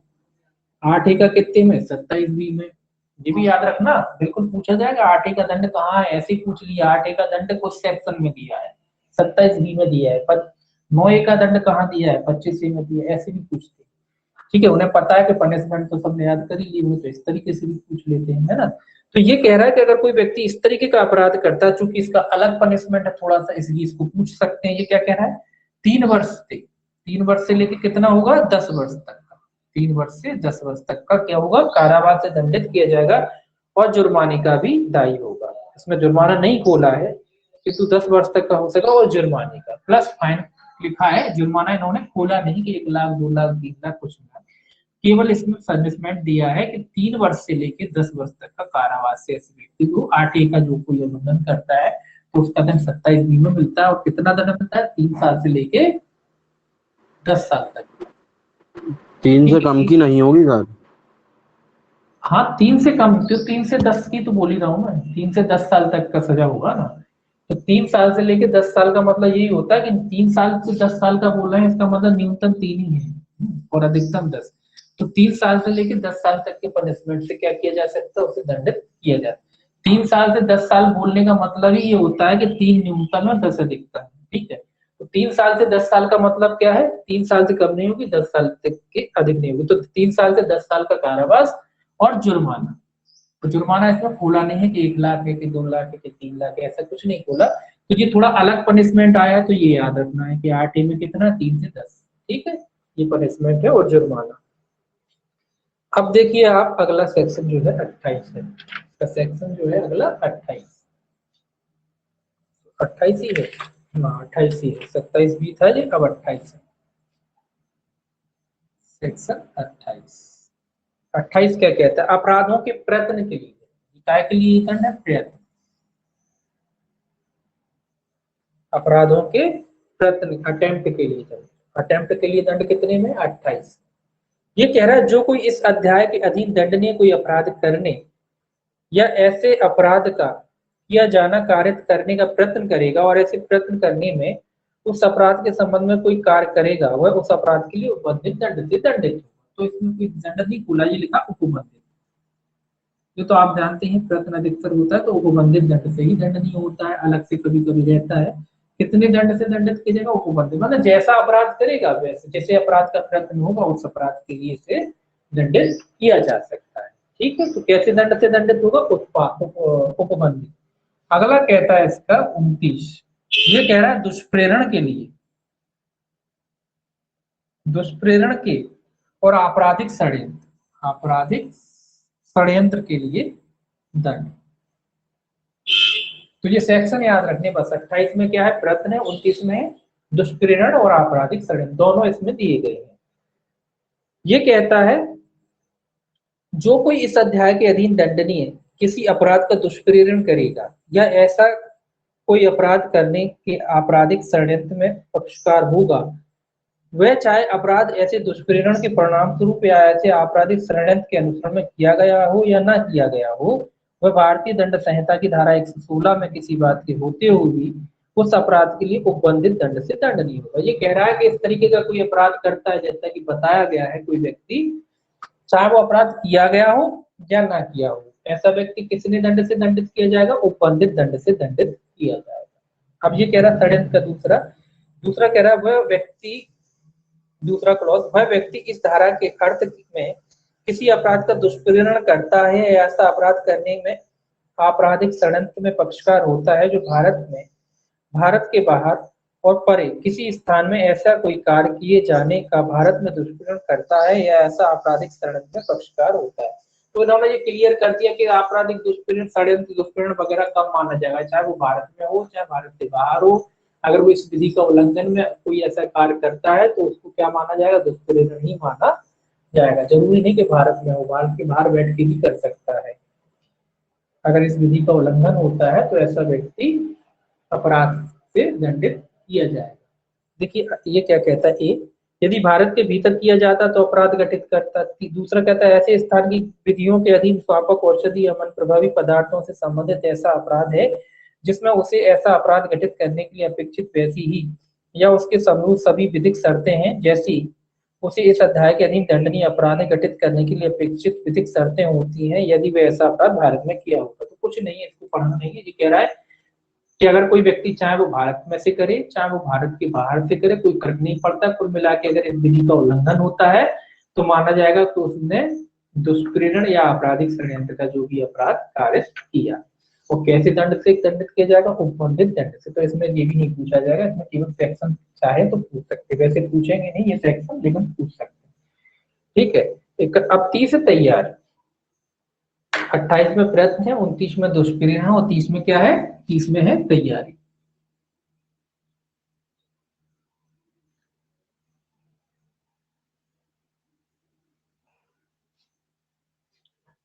तीस में क्या है? तैयारी।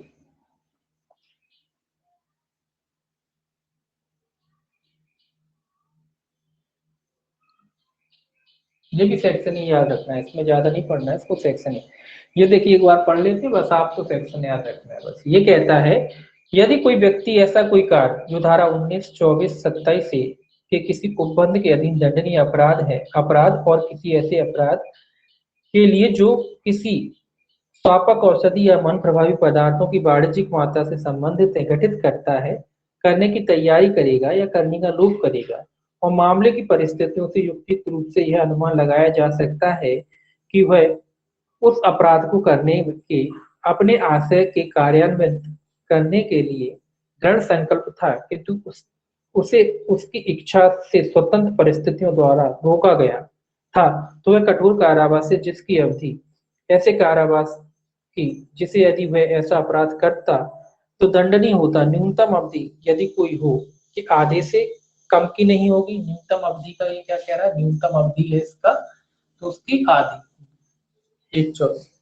न्यूनतम अवधि का कितना होगा? आधी से कम की नहीं होगी किंतु ऐसे कारावास की अवधि के आधे तक की, ये क्या लिखा है, स्वतंत्र परिस्थितियों द्वारा रोका गया हो तो वह कठोर कारावास है जिसकी अवधि ऐसे कारावास जिससे यदि वह अपराध करता तो दंडनीय होता, न्यूनतम अवधि यदि कोई हो कि आधी से कम की नहीं होगी किंतु ऐसे कारावास की अधिकतम अवधि के आधे तक की हो सकेगी, और जुर्माने से भी जो ऐसे जुर्माने की जिसमें वह पूर्वोक्त दशा में दंडनीय होता, न्यूनतम रकम यदि कोई हो से आधे से कम की नहीं होगी। इसमें भी न्यूनतम रकम भी आधा होगा, आधे से कम की नहीं होगी किंतु ऐसे जुर्माने की जिसे वह साधारणतः अर्थात विशेष कारणों के अभाव में दंडनीय होता अधिकतम रकम के आधे तक का हो सकेगा दंडनीय होगा, परंतु न्यायालय ऐसे कारण से जो लेखबद्ध किए जाएंगे उच्चतर जुर्माना अधिरोपित कर सकता है। कुछ नहीं कह रहा है, ये कह रहा है कि अगर कोई व्यक्ति तैयारी करता है, वैसे तो सामान्यतः आप जानते हो कि तैयारी दंडनीय होती नहीं है सामान्यतः, लेकिन कुछ अपराध ऐसे होते हैं जहाँ न्यायालय, जहाँ सरकार चाहे तो तैयारी को दंडनीय बना सकती है, तो उनमें से ये भी एक जो है फैक्ट है जिसमें तैयारी को भी न्यायालय ने दंडनीय बनाया गया। एनडीपीएस संबंधी जो पदार्थ है उसमें दे भी रखे कि किन किन सेक्शनों के तैयारी को दंडनीय बनाया गया है। तो धारा 19, 24 और 27 ए के तहत जो तैयारी करता है, इन अपराधों की जो तैयारी करता है, धारा 19 खेती वाली बात थी ना, 19 के बाद आपका 24 से और 27 से है, तो इन 3 सेक्शनों को की जो तैयारी है इस अधिनियम के तहत उसको दंडनीय बनाया गया है। एक तैयारी अगर कोई व्यक्ति करता हुआ पाया जाता है और लगता है कि हाँ ये तैयारी कर रहा था, मतलब ये अपराध कर नहीं पाया, पहले ही पकड़ गया, प्लानिंग थी पकड़ गई, तो उस समय जब पकड़ जाता है तो ये कह रहा है कि जो दीर्घतम अवधि होगी सजा की, जो भी सजा की दीर्घतम अवधि उसकी आधी, और जो जुर्माना होगा उसका भी आधा से क्या किया जाएगा, इसको दंडित किया जाएगा। जैसे कि मान लो इसमें कितनी सजा थी, 10 से 20 साल थी ना सजा, तो 20 का आधा, अधिकतम अवधि का आधा होगा, तो एक इसका आधा हो जाएगा 10 साल, और जो जुर्माना था 1 से 2 लाख की बात है, तो जो जुर्माना था उसका कितना हो जाएगा, इसका आधा। तो जुर्माना की भी अधिकतम रकम का ही है ना, तो जो जुर्माना है जो उसकी अधिकतम रकम का कितना हो जाएगा, आधा। अधिकतम रकम का आधा मतलब ये है तो 1 लाख हो जाएगा, तो 10 और 1 लाख हो जाएगा, मतलब जैसा भी अपराध होगा, जैसा भी दिया होगा उसके हिसाब से इसकी सजा हो जाएगी। तो कितनी, बस आधी याद रखना है, कितनी सजा होगी तैयारी में, आधी, आधा याद रखना, तैयारी में कितनी सजा होगी, आधे दंड से। जो उपबंधित दंड है उसकी दीर्घतम अवधि का आधा, आधे से राशि क्या किया जाएगा, दंडित किया जाएगा। अब देखिए 31 क्या कहता है,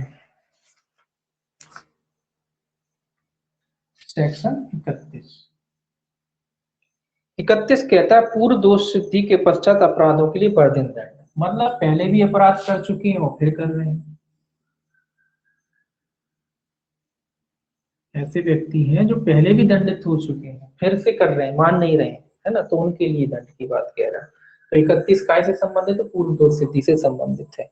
ये कह रहा है पहला क्लॉज इसका, यदि कोई व्यक्ति जिसको इस अधिनियम के अधीन दंडनीय कोई अपराध करने या करने का प्रयत्न करने या उसका दुष्प्रयोग करने या करने का प्रयत्न करने या आपराधिक षड्यंत्र करने के लिए सिद्ध दोष ठहराया गया है, तत्पश्चात इस अधिनियम के अधीन उतने ही दंड से दंडनीय कोई अपराध करने या करने का प्रयत्न करने और उसका दुष्प्रयोग करने या करने का आपराधिक षड्यंत्र करने के लिए सिद्ध दोष ठहराया जाता है, तो वह द्वितीय और पश्चातवर्ती अपराधों के लिए कठोर कारावास है, जिसकी अवधि कारावास की अधिकतम अवधि के 1.5 गुना, कितना 1.5 गुना, 1.5 को कैसे लिखेंगे पता नहीं, आप ऐसे लिखिए 1.5 गुना, 1.5 गुना से क्या किया जाएगा, उससे दंडित किया जाएगा। अपराध की अवधि के 1.5 गुना तक की हो सकेगी, जुर्माने से भी, और जुर्माने की अधिकतम रकम के 1.5 गुना। तो ये वाला जो शब्द है ये पूछा जाता है कि अगर कोई व्यक्ति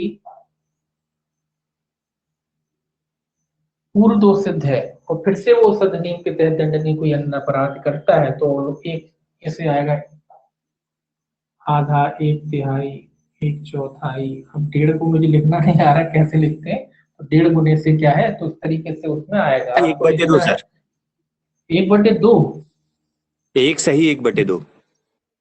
हाँ एक सही 1/2, ये सही, ये 1.5 गुना। हाँ, तो इस तरीके का आएगा ऑप्शन, तो आपको उसमें लगाना है कि कैसे उसको 1.5 गुना मतलब दंड से। तो ये याद रखना है आपको, ये पूछा जाता है। यहाँ पे अधिकतर कॉमन जगह अधिकतर आधे ये वाला ही होता है, आधा, 1/3, 1/4 ऐसे होता है, लेकिन यहाँ कितना है, 1.5 गुना। अधिकतम सजा का कितना, 1.5 गुना। अब अधिकतम सजा का 1.5 गुना क्यों दे रहे हैं, क्योंकि सजाएं काफी ज्यादा है इसमें, है ना, इसीलिए अगर कोई व्यक्ति दोबारा अपराध करेगा तो दोगुना कर देंगे, तो 20 का 40 हो जाएगा, है ना, तो इसीलिए कह रहे हैं कि उसका 1.5 गुना उसको सजा दी जाएगी। दोबारा अपराध करता है तो जो मूल सजा है उसका जो अधिकतम सजा है उसका क्या कर देंगे, 1.5 गुना, और जो जुर्माना है उसका भी 1.5 गुना, दोनों का 1.5 गुना दिया जाएगा। तो ये आपको याद रखना, ये पूछा जाता है ये वाला। और अगर प्रयत्न करता है तो उसमें आधा है ही, और इसमें अगर ये क्या कहते हैं पूर्व दोष सिद्धि का बात है तो इसमें 1.5 गुना, ये पूछा जाता है 1.5 गुना वाला चीज, है ना। तो ये याद करना है इस क्वेश्चन में, केवल ये चीज याद करना है। अब दूसरा कह रहा है जहां उपधारा 1 में निर्दिष्ट व्यक्ति कारावास की न्यूनतम अवधि और जुर्माने की न्यूनतम रकम से दंडनीय किए जाने का भागी है, वहां ऐसे व्यक्ति के न्यूनतम दंड कारावास न्यूनतम अवधि का 1.5 गुना और जुर्माने की न्यूनतम रकम का 1.5 गुना। ये कह रहा है कि अगर न्यूनतम अवधि वाला अपराध किया तो भी उसका 1.5 गुना। अगर जो अपराध होता है ना उसमें न्यूनतम मात्रा से उसने दंडनीय कोई अपराध दोबारा किया है तो उसका भी कितना 1.5 गुना। यहाँ भी 1.5 गुना याद रखना, और कुछ याद नहीं रहता है इसमें। परंतु न्यायालय चाहे तो उस जुर्माने से अधिक जुर्माना निरूपित, ये तो पूरे एक्ट में आया है, न्यायालय चाहेगा तो जुर्माना जितना है उससे अधिक जुर्माना भी लगा सकता है।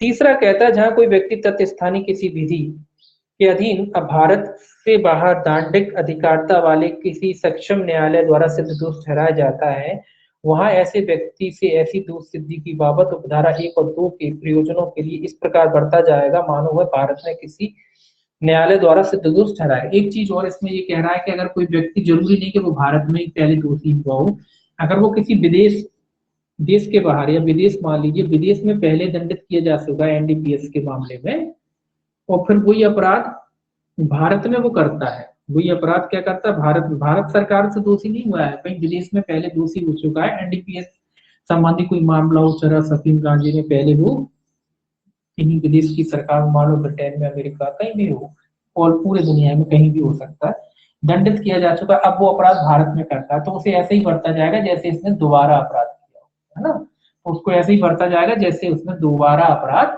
किया हो, और ऐसे ही माना जाएगा जैसे भारत में ही अपराध किया हो, मतलब दोबारा।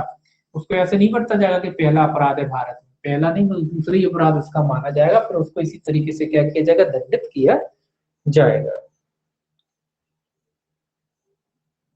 अब 31A और है इसमें, 31A। 31A कहता है पूर्व दोष सिद्धि के पश्चात कुछ अपराधों के लिए मृत्यु दंड, ये याद रखना, मृत्यु दंड भी है इसमें। इसमें ये भी पूछा जाता है कि इस अधिनियम में अधिकतम सजा कितनी, तो याद रखना इस अधिनियम में अधिकतम सजा कितनी, मृत्यु दंड, अधिनियम में मृत्यु दंड भी है।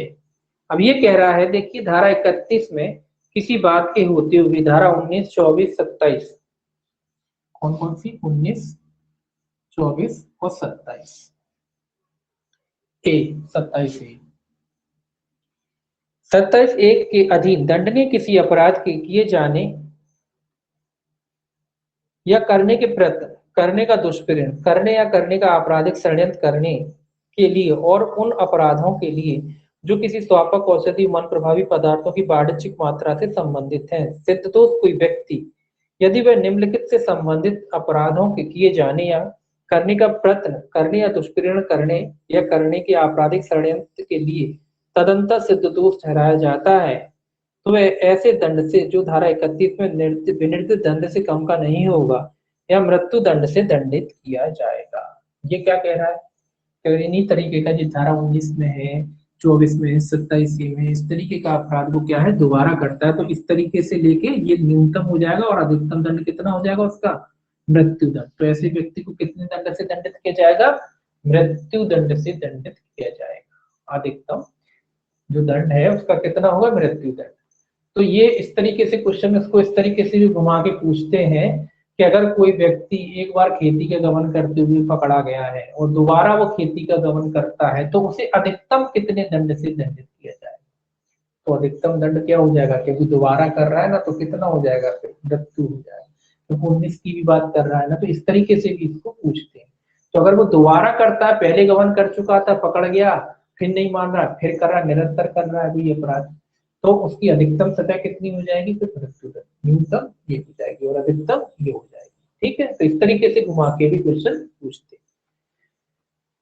अब नीचे सारणी दे रखी है, ये नीचे दी गई सारणी के स्तंभ के अधीन विनिर्दिष्ट स्वापक, औषधि, मन प्रभावी पदार्थों और उससे अंतर्गत मात्रा से जो इनकी वाणिज्यिक वगैरह मात्रा के संबंध में लिखा है, ऐसी प्रत्येक औषधि या पदार्थ के सामने उपदर्शित मात्रा के बराबर या उससे अधिक उत्पादन, विनिर्माण, कब्जा, परिवहन, भारत में आयात, भारत में निर्यात में लेने में लगा है संबंधित अपराध।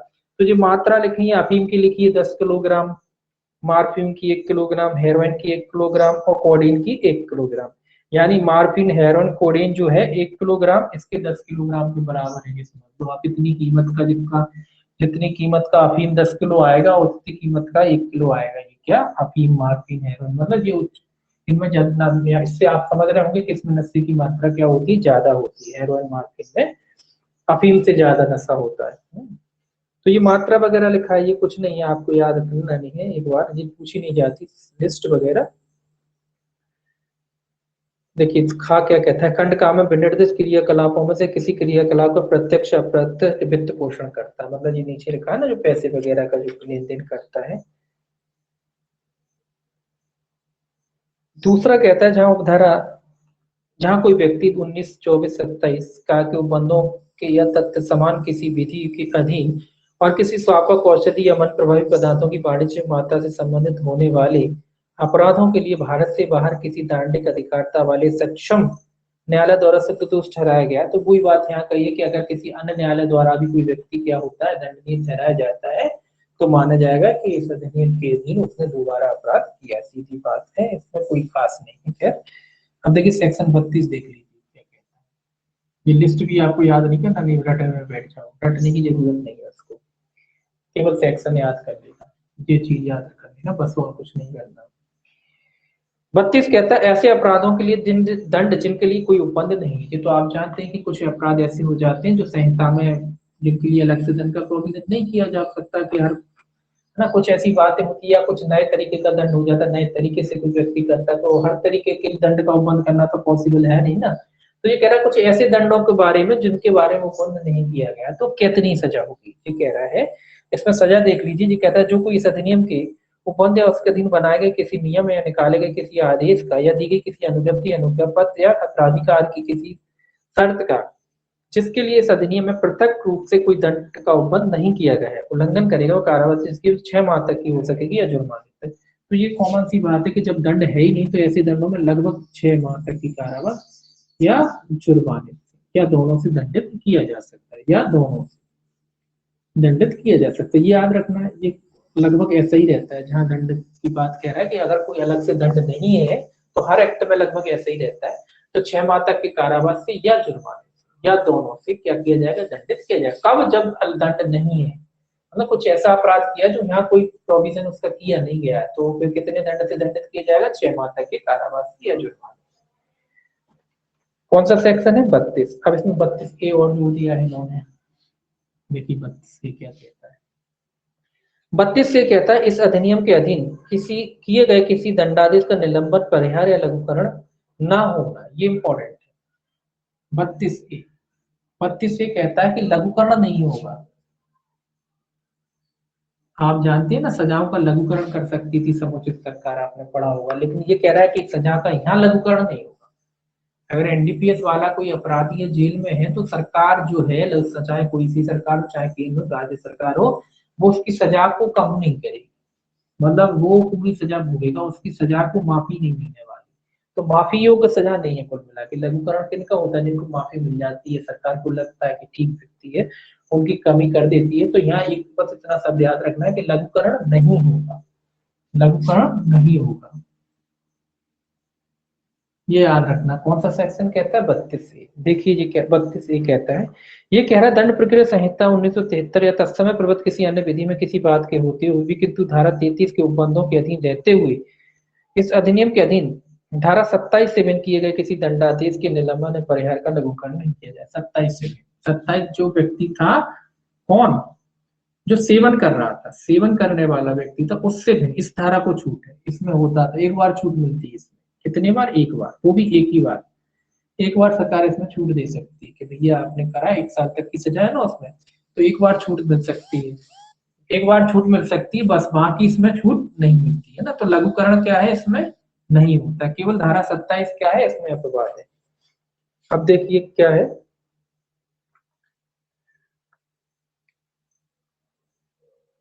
धारा 32 देखिए 32B क्या कहता है। धारा 32B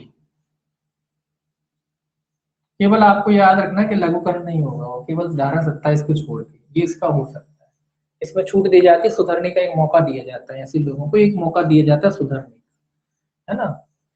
ये कहता है 32B न्यूनतम दंड से उच्चतर दंड अधिरूपित करने के लिए विचार में लिए जाने वाले कारक। ये कह रहा है कि न्यूनतम दंड से उच्चतर दंड जब दिया जाता है तो किन किन बातों को विचार में लिया जाएगा, विचार में लिया जाएगा। किन किन बातों को, जब न्यूनतम दंड से अधिकतम दंड देना हो तो किन किन बातों को विचार में लिया जाएगा, ये एक बार अपन पढ़ लेते हैं।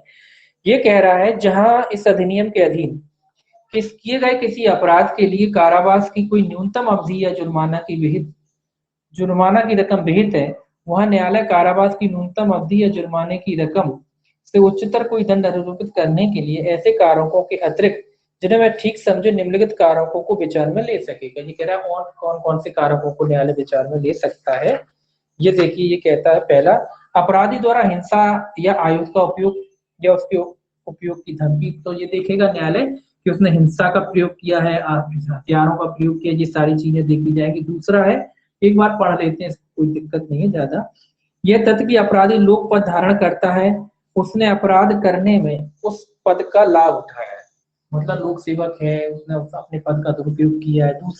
तीसरा, यह तथ्य कि अपराध द्वारा आवश्यक प्रभावित होते हैं, उस अपराध के किए जाने के लिए आवश्यकों का उपयोग किया जाता है। ये कह रहा है कि जो अपराध किया गया उसमें नाबालिगों का इस्तेमाल किया गया है, इस तरीके का कोई अपराध करता है। अगला कहता है यह तथ्य कि अपराधी किसी शिक्षा संस्थान या सामाजिक सेवा संस्थान में या ऐसी संस्था या संकाय के निकट, मतलब जो क्या कहते हैं, जो शिक्षा संस्थाएं वगैरह होती हैं जहाँ बालक वगैरह रहते हैं, बच्चे वगैरह रहते हैं, हॉस्टल भी हो सकते हैं, स्कूल भी हो सकते हैं, उनके आसपास ऐसा कोई अपराध करता है। यह तथ्य कि अपराधी संगठित अंतरराष्ट्रीय किसी अन्य अपराधी समूह का अपराधी है, मतलब अपराधी गैंग चलाते हैं, मतलब अंतरराष्ट्रीय गिरोह है, इस तरीके का, इनको भी ध्यान में रखा जाएगा। यह तथ्य कि अपराधी अपराध करके शुक्र बनाने और अवैध क्रियाकलाप में लगा हुआ है, मतलब अपराधी अवैध तरीके से कारोबार में लगा हुआ है। तो ये सारी चीजों को ध्यान में रखा जाएगा। कब रखा जाएगा? जब न्यूनतम से अधिकतम सजा न्यायालय को देनी, तो न्यायालय इन सारी चीजों को ध्यान में रखेगा। अब 33 देखिए, कॉमन सी चीजें हैं जो न्यायालय ध्यान में रखेगा, कोई ऐसी नहीं कि अलग से कोई चीजें हो जिनको न्यायालय ध्यान में रखेगा।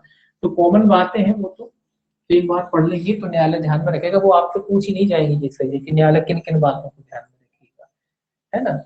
अब कौन सा है? सेक्शन 33। सेक्शन जो है 33 क्या कहता है, देखिए 33 कहता है दंड प्रक्रिया संहिता 1973 की धारा 360 और अपराधी परिवीक्षा अधिनियम 1958 का लागू होना, ये परिवीक्षा की बात कह रहा है। ये कह रहा है दंड प्रक्रिया संहिता 1973 की धारा 360 या अपराधी परिवीक्षा अधिनियम 1958 की कोई बात इस अधिनियम के अधीन किसी अपराध के लिए सिद्ध दोष किसी बाबत को लागू नहीं होगी जब तक कि वह व्यक्ति 18 वर्ष से कम आयु का नहीं है, अथवा वह अपराध जिसके लिए उस व्यक्ति को सिद्ध दोष ठहराया जाता है धारा 26 से 27 से दंडनीय नहीं। तो दो धाराओं को छूट दे रहा है जी, धारा 26 और धारा 27। इसके अलावा 18 वर्ष से कम, केवल इन्हीं को परिवीक्षा का लाभ मिलेगा और किसी को नहीं मिलेगा। ये कह रहा है पहला नियम, तो ये कह रहा है कि परिवीक्षा का लाभ दिया ही नहीं जाएगा, इस अधिनियम के तहत परिवीक्षा का लाभ नहीं मिलेगा। लेकिन अपवाद स्वरूप कह रहा है कि सेक्शन 26 वालों को, सेक्शन 27 वालों को और 18 वर्ष से कम आयु वालों को परिवीक्षा का लाभ दिया जा सकता है। तो ये अपवाद है, ये 3 अपवाद है इसके, है ना, इनको दिया जा सकता है सेक्शन 26, 27 और 18 से कम, बाकी किसी को भी परिवीक्षा का लाभ नहीं दिया जाएगा। परिवीक्षा का लाभ आप जानते हैं कि प्रथम बार अपराध है, कोई आपराधिक रिकॉर्ड नहीं है तो छोड़ दिया जाए, कोई सारी चीजों की बात कह रहा है कि ऐसा इसमें नहीं दिया जाएगा लाभ। अब देखिए सेक्शन 34, इनको खत्म करना है आज, थोड़े से हैं बचे, ज्यादा नहीं है चैप्टर। देखिए ये कह रहा है अपराध के किए जाने से प्रवृत्त रहने के लिए प्रतिभूति, ये प्रतिभूति की बात कह रहा है, गारंटी कि आप अपराध नहीं करेंगे दोबारा इस तरीके का, तो आपसे बॉन्ड वगैरह भरवाने की बात कह रहा है। तो ये कह रहा है जब कभी कोई व्यक्ति अध्याय 4 की किसी उपबंध के अधीन, अध्याय 4 जो तुम पढ़ रहे हैं के अधीन दंड में किसी अपराध का सिद्ध दोष ठहराया जाता है और उसे सिद्ध दोष ठहराने वाले न्यायालय की यह राय है कि ऐसे व्यक्ति ऐसे इस अधिनियम के अधीन अपराध करने से प्रवृत्त रहने के लिए बंधपत्र निष्पादित करने की अपेक्षा की जाना आवश्यक है, तो वह न्यायालय दंड पारित करते समय ऐसे व्यक्ति को आदेश दे सके कि वह 3 वर्ष से अनधिक की ऐसी अवधि के लिए जिसे वह नियत करना वह न्यायालय ठीक समझे अध्याय 4 के अधीन कोई अपराध करने से प्रवृत्त रहने के लिए प्रतिमों सहित या रहित अपने साधनों की अनुपातिक राशि से बंधपत्र के लिए कोई खास बात नहीं, जो भरवाए जाते हैं वैसे ही भरवाएगा न्यायालय। 3 वर्ष तक का कि इस अधिनियम से संबंधित कोई अपराध किया, अध्याय 4 से संबंधित कोई भी अपराध किया, न्यायालय को लगता है कि जो दोबारा अपराध ना करे तो क्या कर सकता है, वो 3 वर्ष का बॉन्ड भी भरवा सकता है। 3 वर्ष तक का, 3 वर्ष तक का क्या कर, जैसे सीआरपीसी में भरवाते सेम वही प्रोसेस है, कोई अलग प्रोसेस नहीं है। तो न्यायालय चाहे तो क्या कर सकता है, उससे 3 वर्ष तक का बॉन्ड भरवा सकता है। दूसरा कहता है बंद पत्र ऐसे प्रारूप में होगा जो केंद्र सरकार विहित करे और दंड प्रक्रिया संहिता 1973 के वे उपबंध जहां तक वे लागू होते हैं ऐसे बंद पत्र से संबंधित सभी बातों को इस प्रकार लागू हो जैसे परिसंधि बनाए रखने के लिए धारा 106 तो धारा 106 के अधीन जो बॉन्ड भरवाए जाते हैं सीआरपीसी के तहत वो यहाँ भी लागू होते हैं। ये याद रखना, धारा 106 क्योंकि न्यायालय कर रहा है ना, इसलिए 106।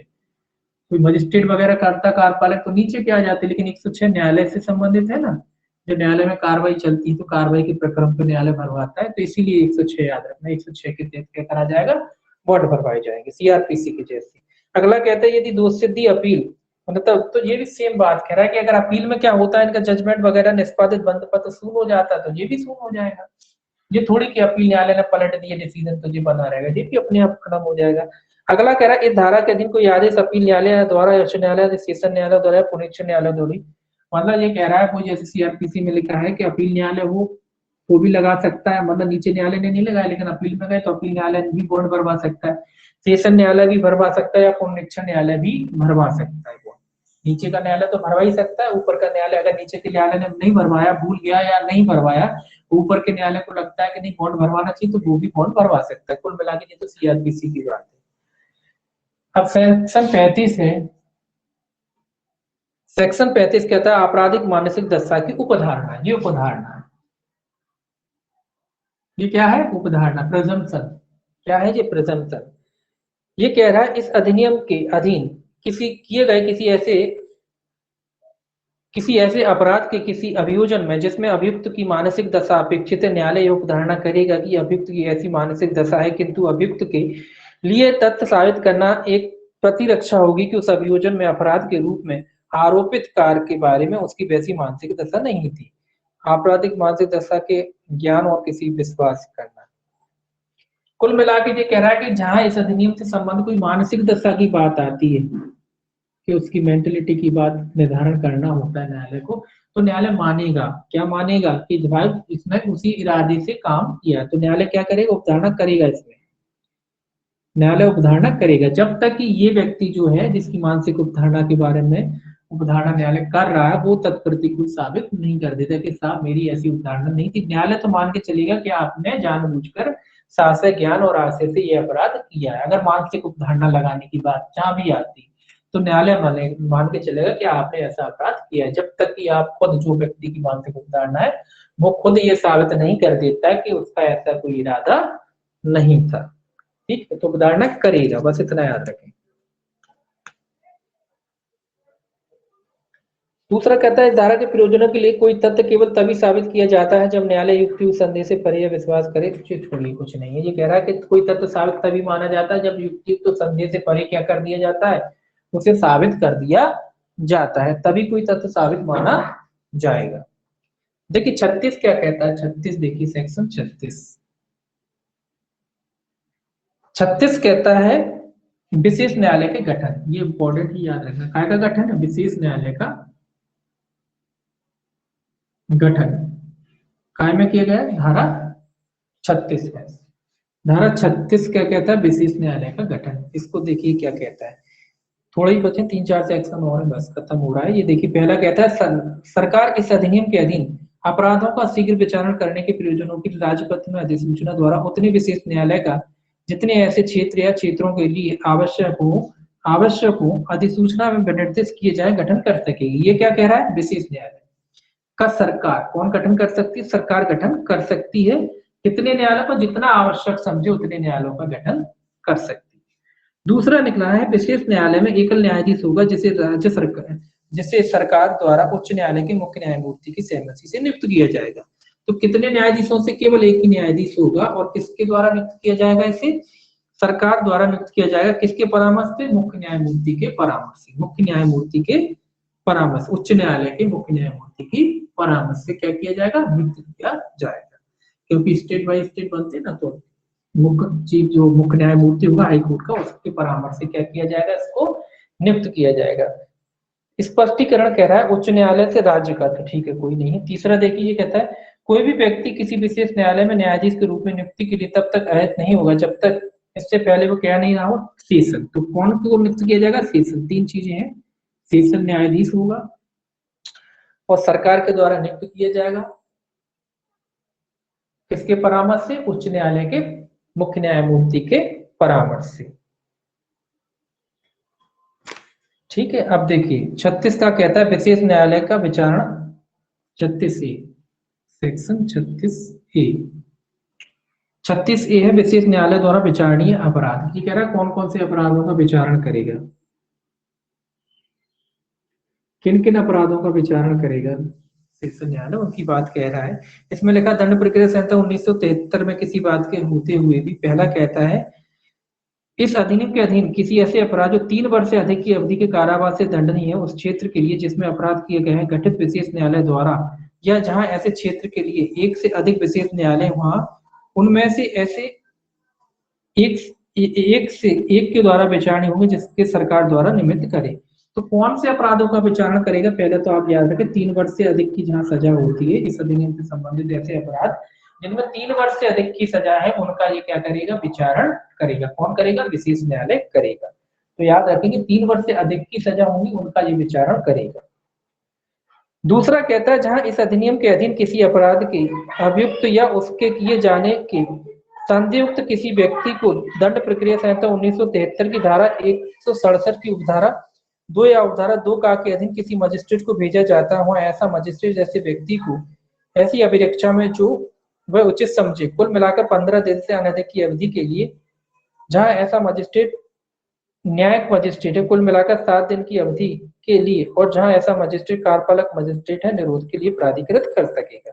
ये रिमांड की बात कह रहा है कि अगर रिमांड की बात आती है, अगर रिमांड देने वाली बात है तो वहां ऐसा मजिस्ट्रेट कितनी अवधि की अभिरक्षा दे सकता है, कस्टडी दे सकता है? 15 दिन की। अगर वो मजिस्ट्रेट लिखा है जहां ऐसा मजिस्ट्रेट न्यायिक मजिस्ट्रेट है वो कुल मिलाकर 7 दिन, तो अगर न्यायिक मजिस्ट्रेट है नहीं, थोड़ा गड़बड़ हो गया। देखिए ऐसे व्यक्ति को अभिरक्षा में जो वो उचित समझे कुल मिलाकर 15 दिन से अधिक की अवधि के लिए, जहां ऐसा मजिस्ट्रेट न्यायिक मजिस्ट्रेट है कुल मिलाकर 7 दिन की अवधि के लिए, जहां ऐसा मजिस्ट्रेट, तो कुल मिलाकर ये कह रहा है कि अगर न्यायिक मजिस्ट्रेट हो तो कितनी वो रिमांड दे सकता है? 15 दिन की। अगर वो कार्यपालक मजिस्ट्रेट सीआरपीसी में जो है वही लिखा है 7 दिन की। कार्यपालक मजिस्ट्रेट है तो कितने रिमांड दे सकता है? 7 दिन की रिमांड दे सकता है। रिमांड की बात कर रहा है 167 जो सीआरपीसी, वो यहाँ कह रहा है कि अगर न्यायिक मजिस्ट्रेट है और ऐसा अभियुक्त पकड़ा जाता है तो सबसे पहले मजिस्ट्रेट के पास ले जाया जाता है, तो न्यायिक मजिस्ट्रेट के अगर पास ले जाया जाता है और रिमांड की जरूरत है तो 15 दिन तक उसे रिमांड दे सकता है। और कार्यपालक मजिस्ट्रेट एक मानो कि नहीं मिला, कार्यपालक मजिस्ट्रेट के पास ले गए, एसडीएम होता है, तहसीलदार ये सब लोग होते हैं, तो ये कितने दिन की रिमांड दे सकते हैं? ये आपकी 7 दिन तक की रिमांड दे सकते हैं। परंतु लिखा है परंतु ऐसे मामलों में विशेष न्यायालय द्वारा विचारणीय है वहां ऐसे मजिस्ट्रेट का, पहला कहता जब ऐसा व्यक्ति पूर्वोक्त रूप में उसको भेजा जाता है उसके द्वारा प्राधिकृत निरोध की अवधि की समाप्ति पर या उससे पूर्व किसी भी समय यह विचार है कि ऐसे व्यक्ति का निरोध अनावश्यक है, वहां वह ऐसे व्यक्ति को अधिकारिता रखने वाले विशेष न्यायालय को भेजने का आदेश करेगा। ये क्या कह रहा है? जब कोई इन लोगों को लगता है कि उसका निरोध किया गया है, उसको विशेष न्यायालय के समक्ष प्रस्तुत किया जाना चाहिए, तो ये क्या कर सकते हैं? उसको विशेष न्यायालय के समक्ष प्रस्तुत करने का आदेश भी दे सकते हैं। या उनको लगता है कि गलत है, ज्यादा हो गया है, या इनको विशेष न्यायालय के समक्ष पेश किया जाना चाहिए, तो कुल मिलाकर देते भी है कि 15 दिन है तो उसमें भी देते हैं कि साहब विशेष न्यायालय में पेश किए जाए। रिमांड दे रहे हैं लेकिन जाके सीधे आप पेश करिए। 2-3 चीजें और है इसमें, अभी कितना है, काफी है।